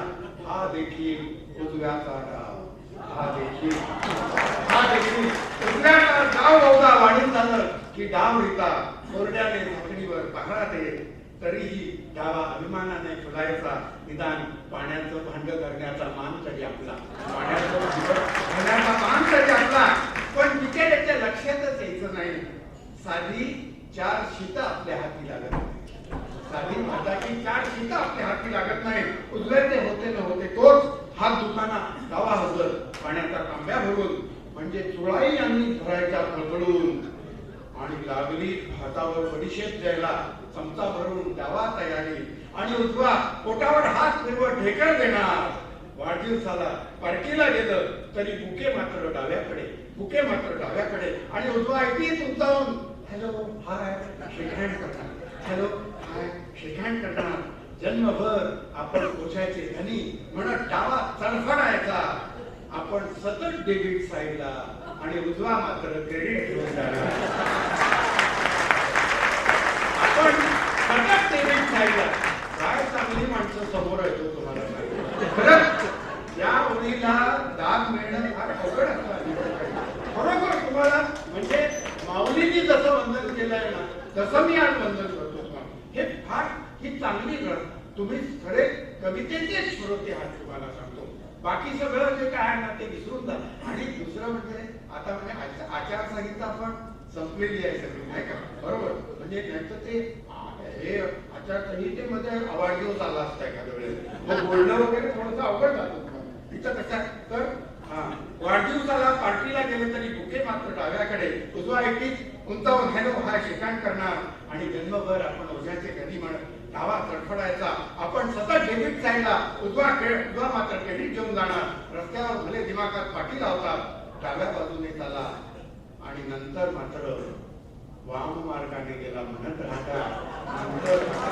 वाम मार्गाने गेला म्हणत राहतात. किती करा आपण निश्चित रक्त उसळून यायचं. काय हा जिथे तिथे अपमान.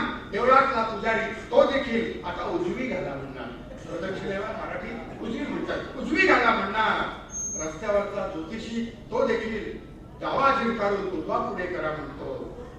वाटायचं पेटून उठावं एकदा, निदान हृदय तर आहे ना आपल्या बाजूला.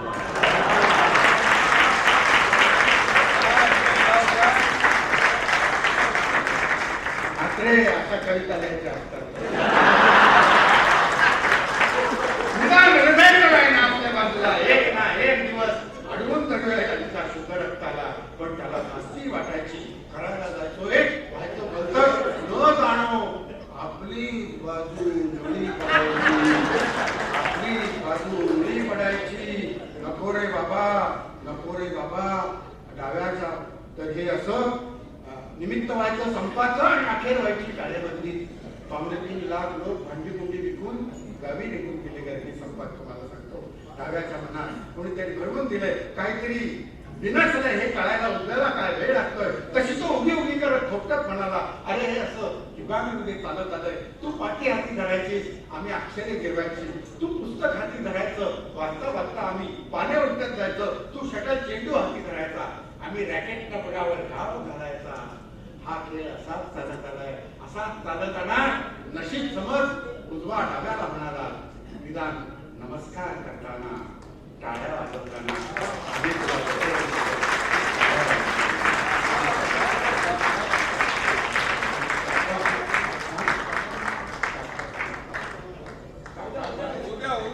हा? बरोबर. ठीक आहे. आता महिलांच्या गौरव मी अनेक कविता लिहिलेल्या आहेत, पण त्या मी नोकरीत असताना गैरसमजापोटी लिहिलेल्या कविता. सत्य काय असतं हे माणसाला रिटायर झाल्याबद्दल मी जेव्हा म्हणजे हे सगळं हळवार करल वगैरे सगळं साफ खोटं तुम्हाला सांगतो. सुरुवातीला कसं लग्न झाल्यावर चहा घ्या, काय स्वर असतं चहा घ्या, गार होतं वाद जाते म्हणून. आणि आता 25-30 वर्ष म्हणतात चहा घ्या, काय स्वर तुम्हाला सांगतो. बस कर. आणि रामूला चहा, रामू चहा घे हो वगैरे. कारण रामू निघून गेला, दुसरा रामू वेगळा कमी झाला. नवरा डोक्यात राग घालून गेला. सगळे नवरे 4:30ला बोंबलत परत येतात. कारण मीठ साखरेचा चहा बाहेर कुठेही मिळत नाही. हे बायकांना नक्की माहिती असतं. घरचे तुम्ही आलेले दिसत नाही.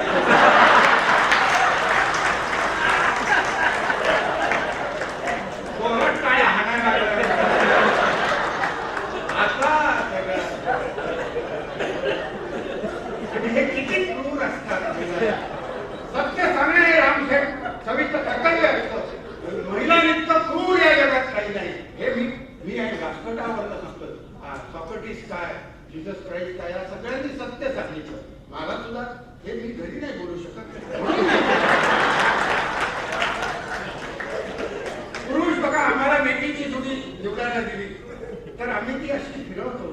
त्याला सुतळी बांधलेली असते, गाठ दिलेली असते.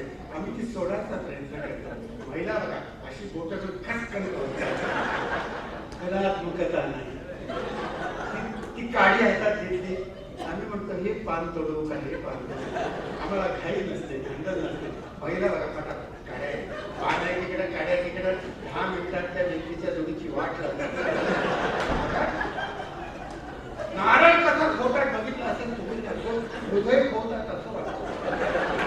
अहो मला नारळ ठेवायला दिला, मी अशी वाटी हातात घेतली, पण विडीवर कसं बसायचं माहिती आणि मुक्ता बसतो. असा आणि नंतर असं मला वाटलं शुद्धलेखन घालते की काय म्हणते. मागच्या तिथं खट्यात त्या चिंता पाण्यात निथळून घट्ट फडक्यात गुंडाळून गाठ मारून त्याच्यावर वजन ठेवा. जशी तुम्ही बसा असं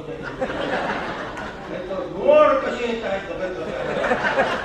असू नका तुम्ही. माझ्यापेक्षा वाईट दिवस तुम्हाला येणार आहे. वाढदिवसाच्या निमित्तानं शाप आहे सगळ्या.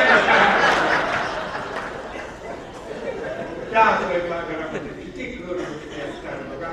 आणि ही अशी कविता पुरुषच लिहू शकतो फक्त. महिला ही कविता लिहूच शकत नाही. गळ्याची नख खुपसून अंदाज घे क्रूरपणे त्वचा सोडली जाते दुधी भोपळ्याची. बघा दुधी हलवा बनवायचा असेल तो कवळा दुधी भोपळा आपण बाजारात गेलो असा हलवा हात फिरवतो, बारीक लव असते. महिला बघा देखाच्या तिथे नख खुपसून बघता. तुम्हाला माहित नाही पण बाजारात तुम्ही गलतीकडे बघत असता. त्वचा सोडली जाते दुधी भोपळ्याची. सपासप सुरी चालवत कांद्याची कापाकाप झाली आहे. डोळ्यांची आगाग होते.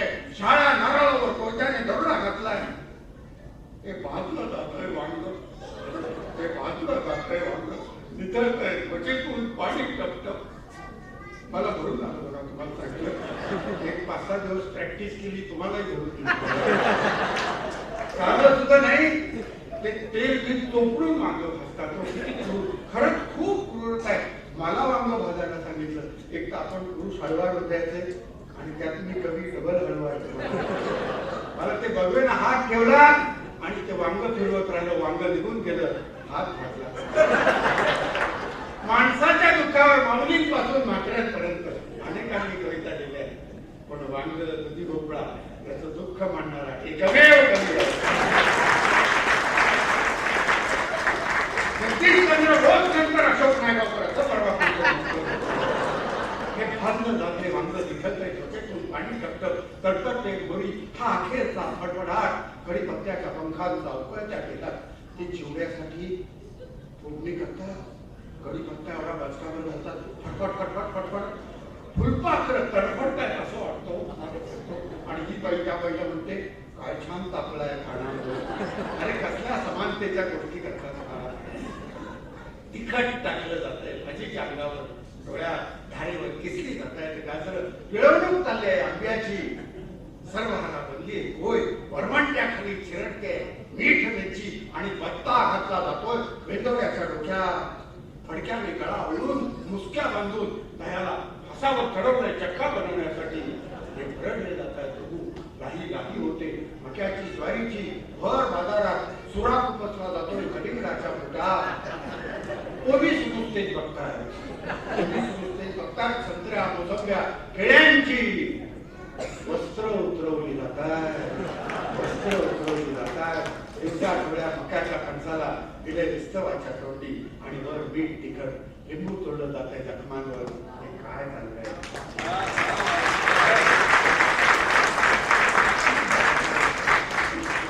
ही कविता ऐकल्यानंतर तिथं उपस्थित अनेक महिलांना असं वाटेल की नायगावकर रामशेठ यांच्या वाढदिवसाच्या निमित्तानं आज तुम्ही आम्हाला उजेड दाखवला, प्रकाश दाखवला.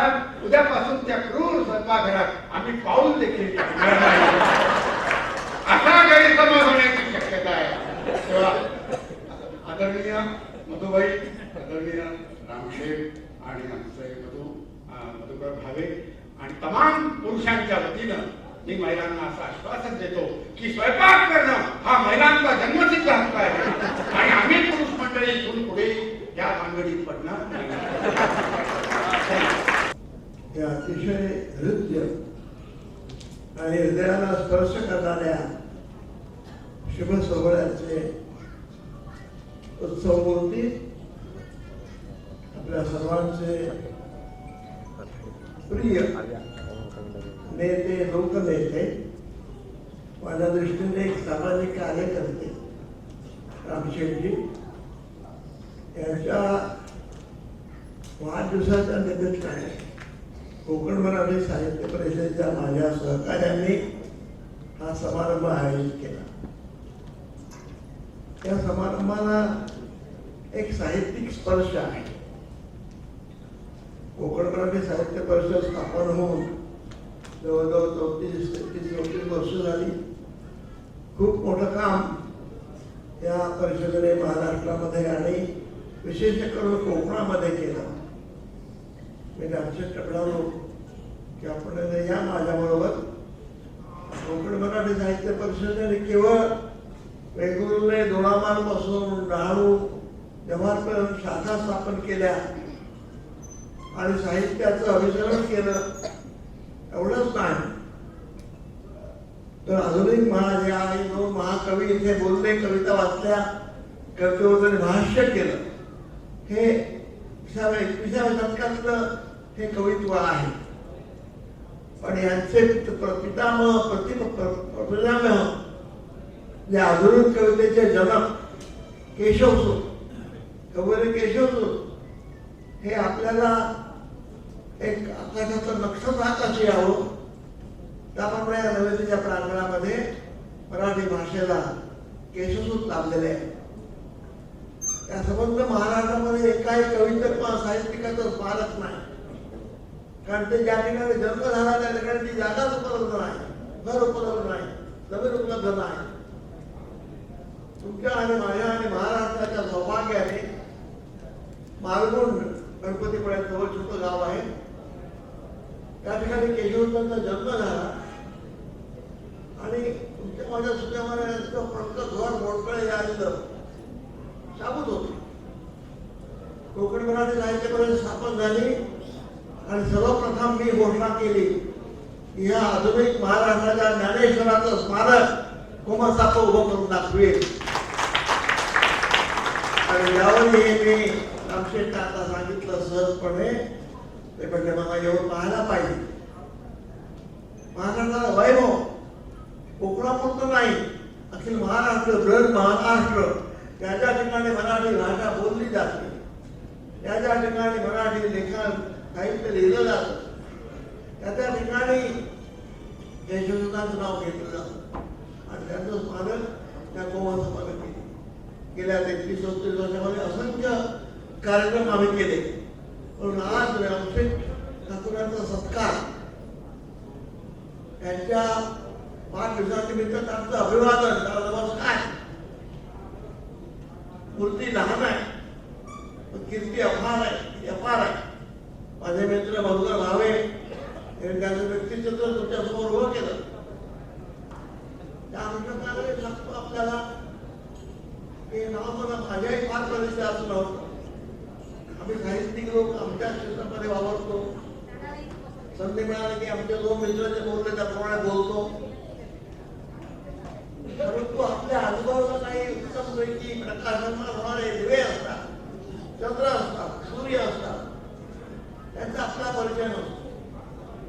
आणि विविध सामाजिक आणि राजकीय क्षेत्रामध्ये जे माणसं कामं करतात त्यांचा आम्हाला परिचय होत नाही.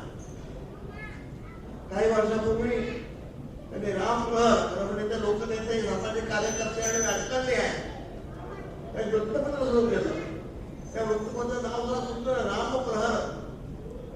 सकाळ सकाळ होते, तो प्रहर आपण रामप्रहर म्हणतो. त्या रामप्रहरचा आणि संपादक आपले मधुकर भावे. तर मी साहित्यिक आहे, तरी हक्काने सांगितलं या रामप्रहर तुम्ही लिहा. आणि सर आपण काय काय लिहिलं, आपली प्रतिक्रिया माझ्या कानावर आली आहे. मला कळलं या रामप्रहरचे मालक जे आहेत रामशेठ ठाकूर नावाचे संत असतं, ते साहित्याचे मर्मग्राही रसिक आहे. पत्रकारिता आणि साहित्य यांचा उत्तम संवाद आहे. त्यांचं कार्य लोकल मला माहीत नाही. एकदा मी पनवेलला आलो, त्यांच्या कॉलेजमध्ये गेलो, पाहिलं थोडा भव्य काम आहे. या महाराष्ट्राचं एक काळ असा होऊन गेला की महाराष्ट्र गरीबी, अन्न नाही, शिक्षण नाही, संधी नाही, बुद्धी आहे परंतु संधी नाही, असा महाराज चाचपडत होता. भाऊराव पाटील नावाचा असे किती माणसं महाराष्ट्रात शिक्षण संस्था सुरू केली आणि महाराष्ट्रातला जो बहुजन समाज होता, जो अक्षरांपासून, साहित्यापासून, कवितेपासून दूर होता, माहीत नव्हतं. त्याला संस्कृत येत नव्हतं, शुद्ध मराठी येत नव्हतं, इंग्रजी तर दूरच राहिलं. अशा काळामध्ये भाऊरावांनी शिक्षण संस्था सुरू केली आणि भाऊरावांचं फार भव्य काम आहे. त्याच्यासारखं काम रामशेठनी या भागामध्ये सुरू केलं आणि इथल्या बहुजन समाजाला, आता म्हणजे दोन्ही मित्र आहेत, एक तर म्हणून मी काय आगरी म्हणजे आगर. ठाकूर सर म्हणजे मी पण टाकतात आहे. आपण जातीपाती काय मानत नाही, त्याने मानवही नाही, परंतु असतं आपल्या अंगावर त्वचा आपल्याला ओढून जाऊ शकत नाही, तसे आपल्या जाती, धर्म, पंथ जाऊ शकत नाही. आणि ठीक आहे, त्याच्याबद्दल योग्य तो अभिमान बाळगायला काही हरकत नाही, त्याला सपोर्ट करण्याचं काही कारण नाही.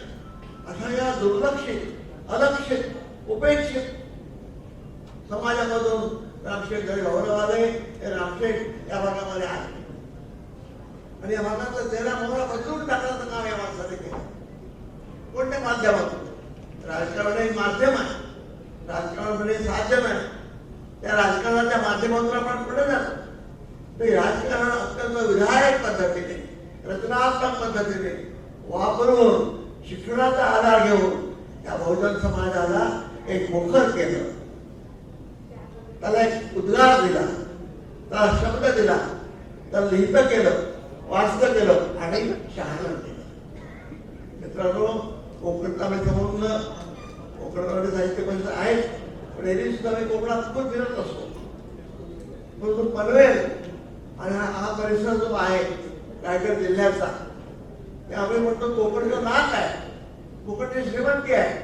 फुकटची श्रीमंती केवळ रायगड जिल्ह्यामध्ये एका बँकेचा डायरेक्टर म्हणून सांगतो आपल्याला की रायगड जिल्ह्यामध्ये एवढी गुंतवणूक राष्ट्रीय गुंतवणूक झालेली आहे एवढी अन्य कुठल्याही जिल्ह्यामध्ये या देशामध्ये झालेली एवढी संपत्ती एवढी गुंतवणूक इन्व्हेस्टमेंट इंडस्ट्रियल इन्व्हेस्टमेंट या जिल्ह्यामध्ये झालेली आहे. मग जिल्हा माहीत कसं राहणार राहू शकत नाही.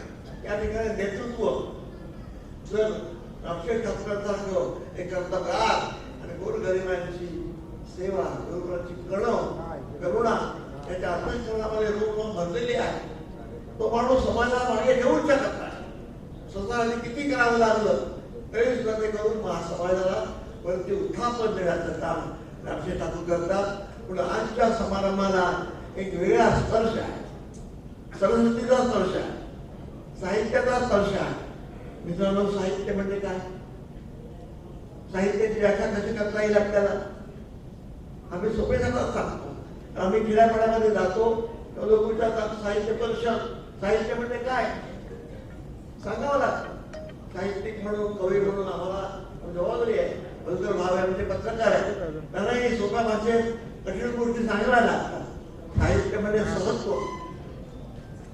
सहमध्ये ते साहित्य सहत्व, साहित्यातून सहत्व. सहत्व आलं की काय होतं? सहत्व निर्माण झालं की ममत्व निर्माण होतं. ममत्व निर्माण झालं काय होतं? ममत्वातून प्रेम निर्माण होतं. प्रेमातून प्रेम माणसाने एकत्र आले की माणसं काय करतात?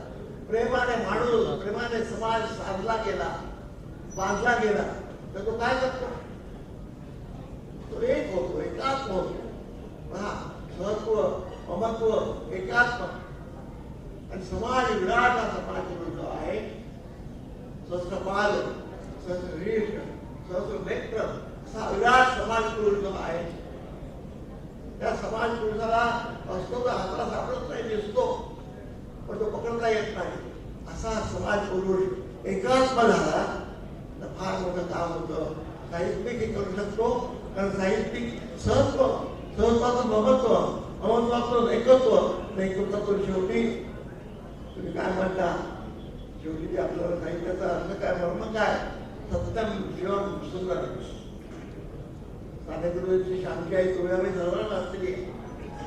त्या शांती आई तुमची आई भेटली, माझी आई भेटते, प्रत्येकाला आपला आई भेटते. आपण रडतो पण दैवत हा साहित्याचा संस्कार आहे. हा साहित्याचा तुम्हाला दैवर आणणं, तुमच्या दुसऱ्याच्या दुःखाशी आपलं दुःख मिळवणं आणि माणुसकी उंचवणं याला साहित्य म्हणतात. आणि हे साहित्य आम्ही लिहितो म्हणून नाही, रामशेठ ठाकूरांसाठी सुद्धा सहत्व, ममत्व, एकत्व आणि देवत्व एकत्र करता म्हणून त्यांना आता जो वाटलेलं आहे त्याला साहित्याचा स्पर्श, त्याला सहत्वाचा स्पर्श आहे. मी सांगतो आपल्याला तुमचं उदाहरण आहे मोठं.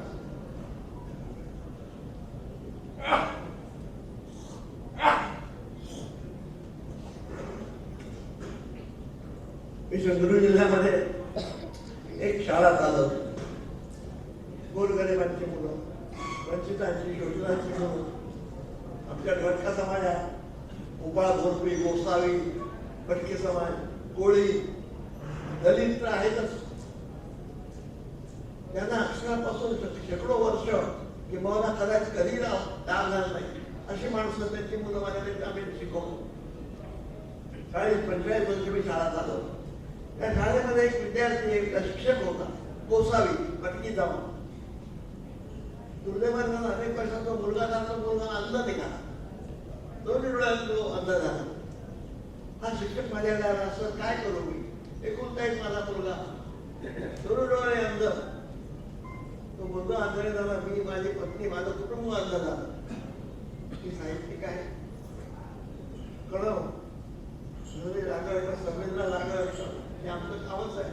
मला मी घरी गेलो त्याच्या पाहिलं, फार वाईट वाटलं. पण माझी मुलं आठवली, माझी आठवण आठवली, माझ्या आजोबाची मुलं आठवली. डोळे नष्ट म्हणजे सृष्टी दिसते न दिसणं, जगापासून दूर राहणं. मी म्हटलं काय करू आपण? तर ते शिक्षक म्हणाले मला, सर पनवेलला एक चांगलं नेत्र विशारदाचं हॉस्पिटल आहे, तिथे मी नेहमी म्हणतो, मला माहिती होतं इथे हॉस्पिटल एक मोठं हॉस्पिटल आहे आणि डोळ्यातलं मला चांगलं काम होतं हे मला माहिती आहे. ते डॉक्टर माझ्या परिचयाचे ठीक आहे म्हटलं, पनवेलला तुला पाठवतो, खर्च आमची शाळा करेल. म्हणलं सर मी जाऊ कुठे, मला पनवेल माहीत नाही, मी कधी गेलो नाही, पनवेलला कुठे उतरायला राहायचं कुठे. आणि मला चटकन रामशेठ साहेबांचं नाव आठवलं. अरे पनवेलला अशी एक व्यक्ती आहे की संकटात सापडलेल्या आपत्तीमध्ये सापडल्या माणसाला हात देऊन मंजूर उचले. आणि मी मोठ्या विश्वासाने त्या शिक्षकाला त्या अल्लाह मी यांच्याकडे पाठवतो. फक्त फोनवर त्यांच्या माणसाने त्यांचे जे कार्यकर्ते होते त्यांनी त्या शिक्षकाच्या मुलाची संपूर्ण सोय केली, राहण्याच्यापासून सगळ्याची सोय केली. काय करत होतं, कुठे कणकवलीमधला एक शिक्षक अंदरमाला, कुठे रामजी ठाकूर, कुठे मधुमंगेश कर्णिक, तो इथं आला हॉस्पिटलमध्ये इलाज घेतले. सरांनी त्याची व्यवस्था केली त्यांच्या एका शाळेमध्ये किंवा आणखी कुठे ठिकाणी. त्याला केवळ जायला सांगण्याचं एकच माणूस की हे सहत्वाचं जे उदाहरण आहे, समाजाने सहत्व जोडणं, ते केवळ साहित्य करत नाही, आपल्या ठाकरांसाठी लोकनेते करतात. म्हणून त्यांच्या वाढदिवसाला महत्व आहे. त्यांचा वाढदिवस हा तर त्यांच्यापुरता नाही, हा समाजाचा वाढदिवस आहे. ते या समाजातून पुढे आल्या समाजाचा वाढदिवस आहे. त्याला किती वर्ष झाले विचारणार नाही, माणूस किती वर्ष जगला याला नाही, तो कसा जगला याला. ठाकूर किती वर्ष झाले, किती काय व्हावं, मी त्यांच्या वयाने मोठा आहे, मला आशीर्वाद देण्याचा अधिकार आहे, त्यांना आशीर्वाद देणारच. त्यांनी शतायू व्हावं, पण शतायू होऊन काम करावं. हे जे मी सांगतो एका आजच्या मुलासाठी ते त्यांनी दुरून 500 किलोमीटरवरून त्या मुलाला मदत केली. कशाच काम करावं असं काम करणारी शुभंकर हा महाराष्ट्रामध्ये हळूहळू कमी होत चालले. फक्त राजकारण, आपण राजकारणात त्या राजकारणावर बोलायचं नाही. म्हणून स्वार्थ, मी माझं कुटुंब, माझं पूर्ण, माझा पगार, माझी बॅग, माझी जेवणी, माझा फ्लॅट, त्यापुरतं माणूस बघत नाही. गौरव पाटील ज्यावेळी संस्था सुरू केली त्यावेळेस असं नव्हतं. मी आणि माझा शेजारी आज पाहिलं तर फ्लॅटमध्ये आम्ही राहतो, मुंबईला, पुण्याला, या पनवेलमध्ये सुद्धा, पण शेजारी कोण आहे माहित नाही. आपल्याला सोबत नसते, शेजार नसतो. इथे समाजाचं विभाजन, समाजाचं दुबंगले पण चाललेलं आहे. ते जोडण्याचं काम रामशेठ सारखी माणसं सहृदयपणे सगळ्याला जागी ठेवून करतात. महात्मा गांधींची सहज आठवण करतो आपल्याला. गांधींना विसरण्याचे दुर्दैव दिवस आले. आमच्या डायग्रामवर मला उत्तम ठेवता आली. महात्मा गांधींसारख्या माणसाने 20व्या शतकामध्येच नाही, त्याच्या आधी सुद्धा वसाहतवादाविरुद्ध जो उठाव केला. त्यामुळे आज तुम्ही आम्ही आज स्वतंत्रपणे का घेतो, त्या गांधीला विसरण्याचे दिवस आले. त्यातला इतिहास सोडून द्या, पण या महात्म्याने आम्हाला एक गाणं दिलं, एक भजन दिलं. काय भजन दिलं? वैष्णव जन तो जिणे कही पी जो पीर पडाई जाणे. तो मणक्यांची पीडा, मणक्यांचं दुसऱ्याचं दुःख जाणतो, तो वैष्णव, तो विष्णुमय भक्त. तेच आमच्या नामदेवांनी आणि ज्ञानेश्वरांनी सांगितलेलं. हे विष्णुमय जग, वैष्णवांचा धर्म जगण्याचं जे महात्मानी काम केलं, हे आमचे ठाकूर आपल्या विशेष चित्रामध्ये मनापासून करतात. आणि म्हणूनच एका गंधा मुलासाठी त्यांनी काही न करता, काही न करता, एका हाताने सहज न करत अशी मदत केली. आणि ज्याला या हातात त्या हाताला कळत नाही अशी मदत करणारी माणसं अतिशय थोडी नाही, अतिशय थोडी. तर ते रामशेठ एक आहे. कधी गाड्यावाला करतो आणि समग्र समाजाला फार मोठं योगदान दिलेलं आहे.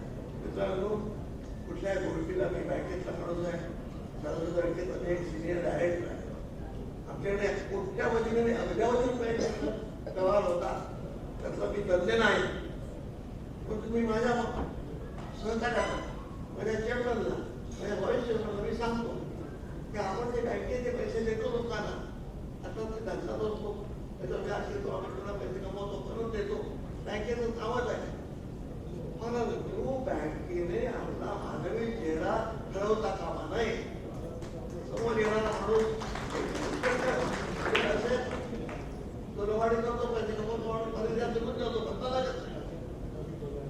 परंतु एखादा खरोखरच गरीब माणूस 5-10 हजाराची गरज पाहिजे असते, फ्लॅट घ्यायचं असतो, जागा घ्यायची असते, काहीतरी मुलाचं ऑपरेशन असतं, मुलाला म्हणजे पाठवायचं शाळेत, त्यासाठी मानवी चेहरा पाहिजे.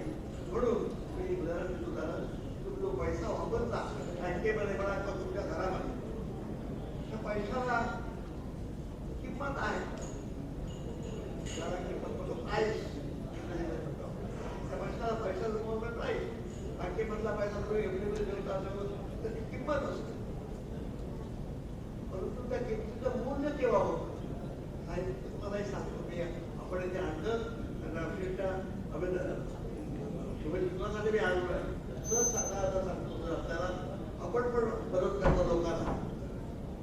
पैसा ही किंमत. आपण साधा नारळ घेतो बाजारात जाऊन, 20-25-30 रुपयाचा नारळ घेतो. तो घरात जाऊन तो 20 रुपये देतो नारळ, तो नारळ असतो. आणि त्या नारळाला तुम्ही हळद कुंकू अक्षता लावून श्रीसमोर देवासमोर की श्रीफळ, नारळाचं श्रीफळ म्हणजे किमतीचं मूल्य होतं. किंमत बाजूला होते नारळाच्या मूल्य त्याला देवत्व प्राप्त होतं. त्या नारळ राहत नाही तो मूल्यवान एक उत्तम वस्तू होते. तिचा नमस्कार करावा लागतो. पैशाला नमस्कार करावा लागतो. त्यामुळे पैसा अधिक वाढतो, पुन्हा येतो, पुन्हा तो लोक चालला जातो. रामशेट्टी ते काय बँकर नाहीये, ते इकॉनॉमिस्ट नाहीये, अर्थशास्त्रज्ञ नाहीये. साध्या अत्यंत प्रतिकूल परिस्थितीतून वरती आलेला माणूस आपण समाजाचं काही देणं लागतो. या जाणीवेने सगळ्यांना जागी ठेवून, हृदय पण जागा ठेवून, रक्ताची धमनी स्पंदनशील देऊन काम करणारा आमचा मित्र, याचा अभिनंदनासाठी शुभेच्छासाठी फार मोठ्या संख्येने आपण आला. मी पाहिलं, आम्ही गेले दोघे आणि रायगावकर गेले आठवडाभर 2-3 ठिकाणी गेलो. माणसं येतात एक रीत म्हणून रिवाज म्हणून बरोबर गेलो. पण आज इथे पाहिलं आपलं समाज चेहऱ्यावर एक हजारा माणूस मिळेल सर, ही तुमची कमाई आहे. त्या माणसाने आर्थिकतेने मनापासून तिथे येणं आणि सरांना अभिवादन करणं ही त्याची श्रीमंती आहे. आर्थिक श्रीमंती दुर्लभ मानतो, ही किंमत झाली. पण हे मूल्य आहे. मूल्य संस्कारामुळे आपण सर्व इथे आलात. त्यांना अभिवादन करण्यासाठी मी तुमच्यामध्ये सामील होतो. त्यांचा एक लहानसा मित्र म्हणून मला मधुकर भावे अनेक वेळ सांगितल्या गोष्टी. मित्र म्हणून एका समाजातल्या फार मोठ्या काम करणाऱ्या ऊर्जा शक्तीला नमस्कार करण्यासाठी आणि वयाने मोठा असल्यामुळे आशीर्वाद देण्यासाठी मी इथे आलो आहे. तिला रडापासून आशीर्वाद देतो आणि स्वतः व्हावं, याच्या सुपुत्राने स्वतः व्हावं आणि समाजाला ठाकर द्यावं. समाजाला नमस्कार करून समाजाला मोठं करावं. त्याशिवाय गत्यंतर नाही. काळात फार कठीण आहे. या काळामध्ये आपण फार मोठं आव्हान घेणार. मी आपल्याला आशीर्वाद देतो आणि या ठिकाणी आपली लढा घेतो.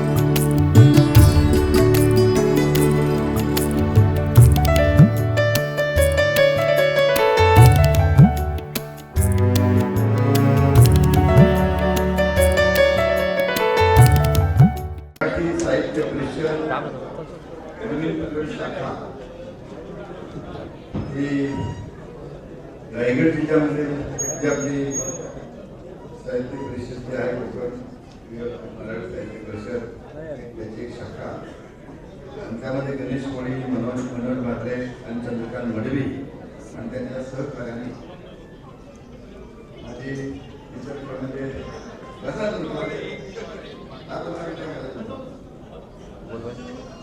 तर खरं तर मला कल्पना नव्हती, पण मी माझ्या फॅमिलीचे म्हणजे मी माझी मिसेस, माझी 2 मुलं, त्यांची 2 मुलं, त्यांच्या मिसेस असे फॅमिलीमध्ये सगळं जरा कामकाज कमी आहे. निवडणुकाही हाताळलेल्या आहे, पण मी नव्हतो निवडणूक जास्त, परंतु निवडणुका झालेल्या आहेत. उद्योगातली काही मुख्य विशेष नाही आहे. शाळा कॉलेजला पण सध्या आहे म्हणून युरोपमध्ये गेलो होतो 10-11 ऑक्टोबर.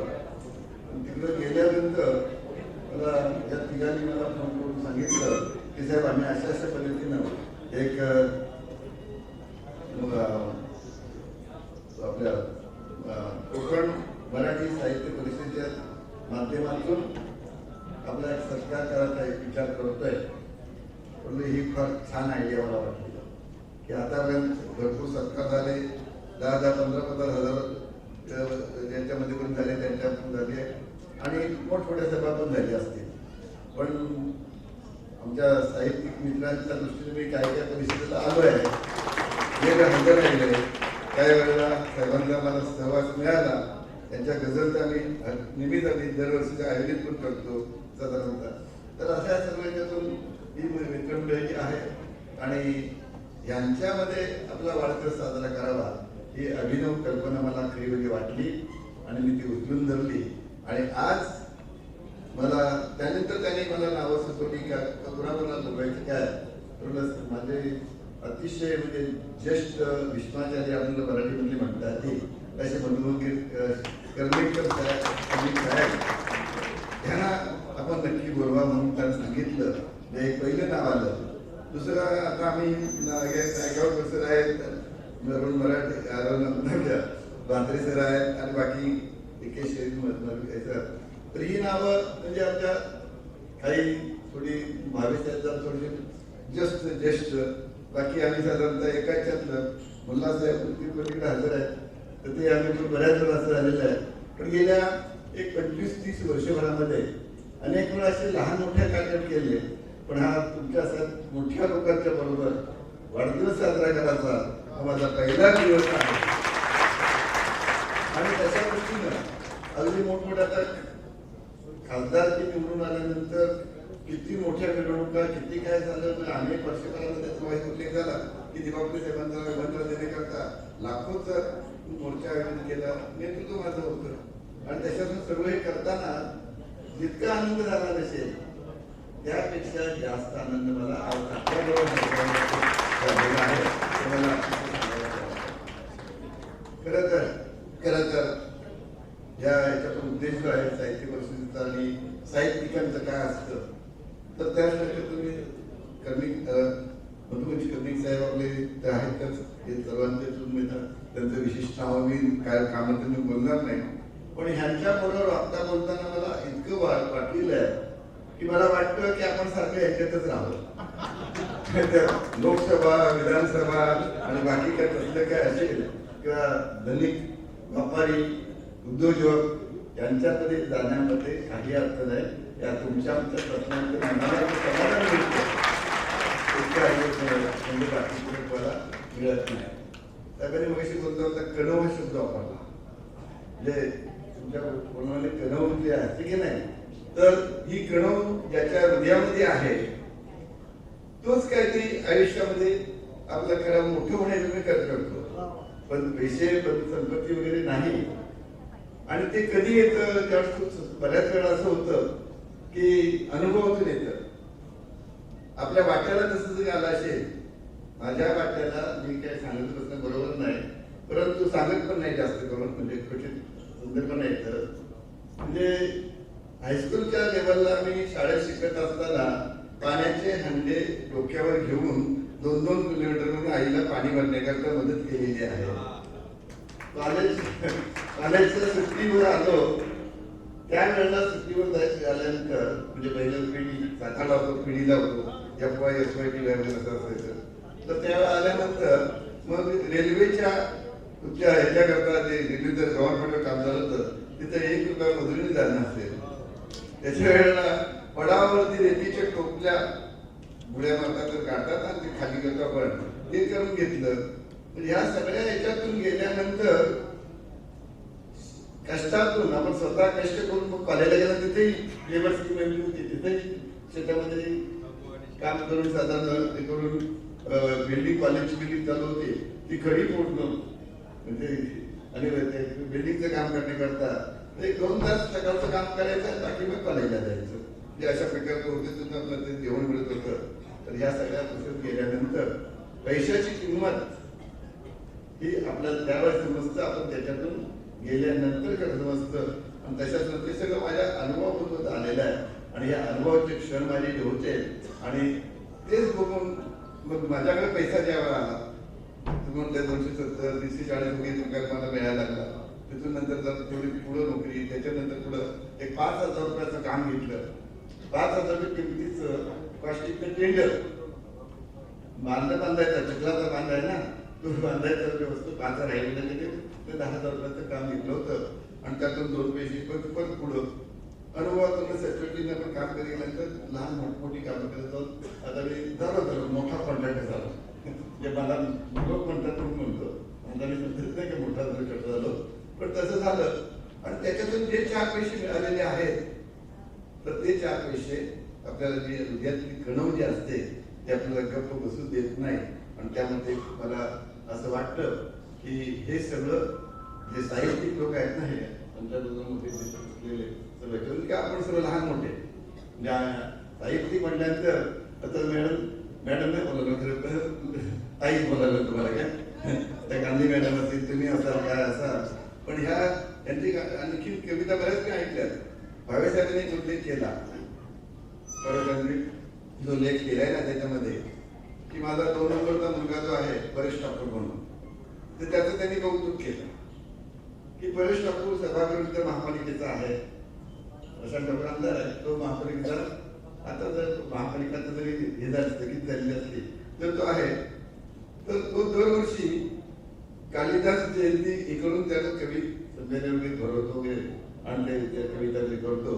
पण ही आयडिया परेश डोक्यात कशी आली, काय आली वगैरे ही स्थिती घरात जी असते ना त्याचं आम्ही हे ऐकतो मी तसं पद्धतीनं. तर तशा पद्धतीनं झालं तर त्याचं मोठे बनताना वाटलं की वय कालिदास जयंती साजरी करणं आपल्या कोणाच्या बाकीच आहे. आपण बाकी जयंत्या भरपूर साजऱ्या करतो, जयंत्या पुण्यंत्या आणि बाकी काय कार्यक्रम. पण ते तशा प्रकारे जो कोणी कोणाच करत नाही जयंती वगैरे अशा प्रकारे शक्यतो होते करायला पाहिजे आम्हाला मान्य आहे. पण ते तसं होतंय तर तशा प्रकारे ह्या गोष्टी आम्हाला दिसायला लागल्यात की आमच्या मनात माझ्या स्वतःच्या गेली 25-30 वर्षात नेहमी असेल की आपण इथे जास्त वेळ घालावा, त्यांचाच टाइम द्यावा. पण तो वेळ जमत नाही. पण मला वाटते की मला जे समाधान आहे ते फार मोठ्या प्रमाणात ह्या याच्यामध्ये आहे. आणि तशा दृष्टीनं आजचा जो तुमचा कार्यक्रम आहे साहेबांनी सांगितलं का की साहेबच म्हणणार तर ज्येष्ठ तुल्य आहेत सगळं आहे. पण आमच्या तर नवीन भाषेमध्ये साहेब शब्द असते. तर त्यांनी सांगितल्याप्रमाणे की साधारणतः आपल्याला ह्या गोष्टी जो करतो तो खऱ्या अर्थानं लोकांच्या मध्ये होऊन जातं. आणि मला त्या बाबतीत असं वाटतंय की हा कार्यक्रम जो आहे तो सर्व मोठ्या कार्यक्रमांनी मला जवळपास सत्कार झाला असतील त्यापेक्षा सर्वात मोठा सत्कार माझा आहे.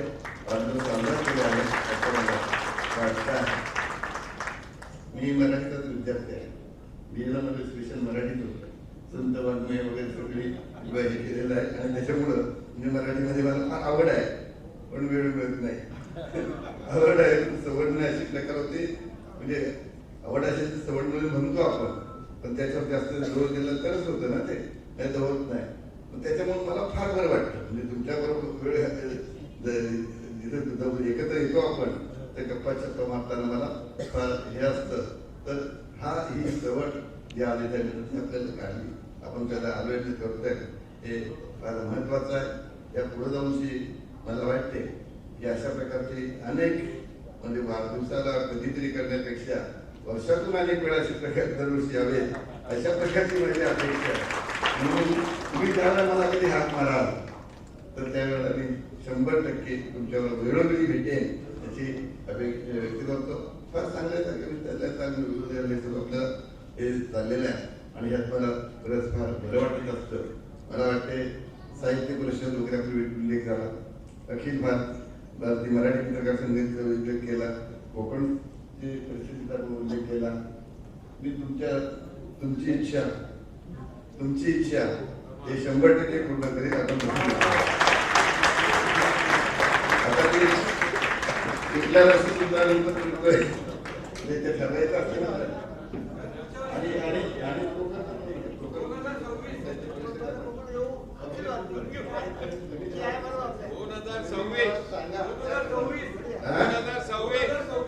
मिळणार आहे ताई की तिथून वर्ण मंत्री कोण घ्यावे लागते ना अखिल भारतीय मराठीमध्ये हे साहेबांनी सांगतात ना हे बरोबर आहे.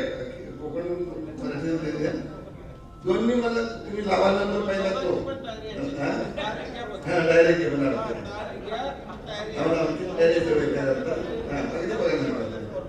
तर आपल्याला ह्या पद्धतीने आपल्याला हे करता येईल की जेणेकरून आपल्या पनवेलच्या दृष्टीनं हे अतिशय चांगली महत्वाचं आहे. आमच्या सहकार्याला फार आनंद होणार आहे. त्याच्यामध्ये पनवेलवासियांना फार आनंद होणार आहे की त्याला आपल्या दृष्टीने आणि चांगली कवयित्री आहे तिथं की त्यांचा हुरूप पण जास्त आहे. त्यांचं काम त्याच्याबरोबर मी कामही केलेलं आहे. तर हे फार चांगलं होणार आहे. एक चांगल्या गोष्टी आपल्याला कराव्या लागतात. सोशल सर्व्हिस तर नेहमीच करतो, त्याबद्दल मी काही बोलायला नको, सांगायला नको. शाळा कॉलेज आणि भरपूर मदत करणं हे आमचा नेहमीच भाग जो आहे. पण ह्या दृष्टीने साहेबांनी तर मग उल्लेख केला केशवसुतांच्या जन्मगावी एक स्मारक करायचं झालेलं आहे. आता केशवसुतांचं स्मारक प्रत्येक जण आपण काय करतो, आपल्या गावाला काय करायचं, आपल्या गावात काय करायचं. मग केशवसुतांचं गाव कुठं पलीकडे सिंधुदुर्ग जिल्ह्यात. पण तसं नाही. साहित्यिकाचं मन कधीच लहान नसतं, त्यांचं मन फार मोठं असतं. तशा दृष्टीनं मला वाटतं त्यांच्या याला काहीतरी मदत करणं हे माझं कर्तव्य समजतो आहे. आणि 10 लाख रुपये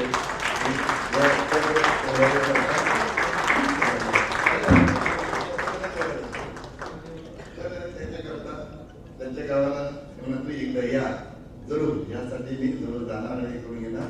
कधी लवकरात लवकर आम्ही कसे आशासीत वगैरे नाही मी बघत नाही का होईल ते होईल काय संपली आशासी थोडी निवड का होऊन गेलेली आहे.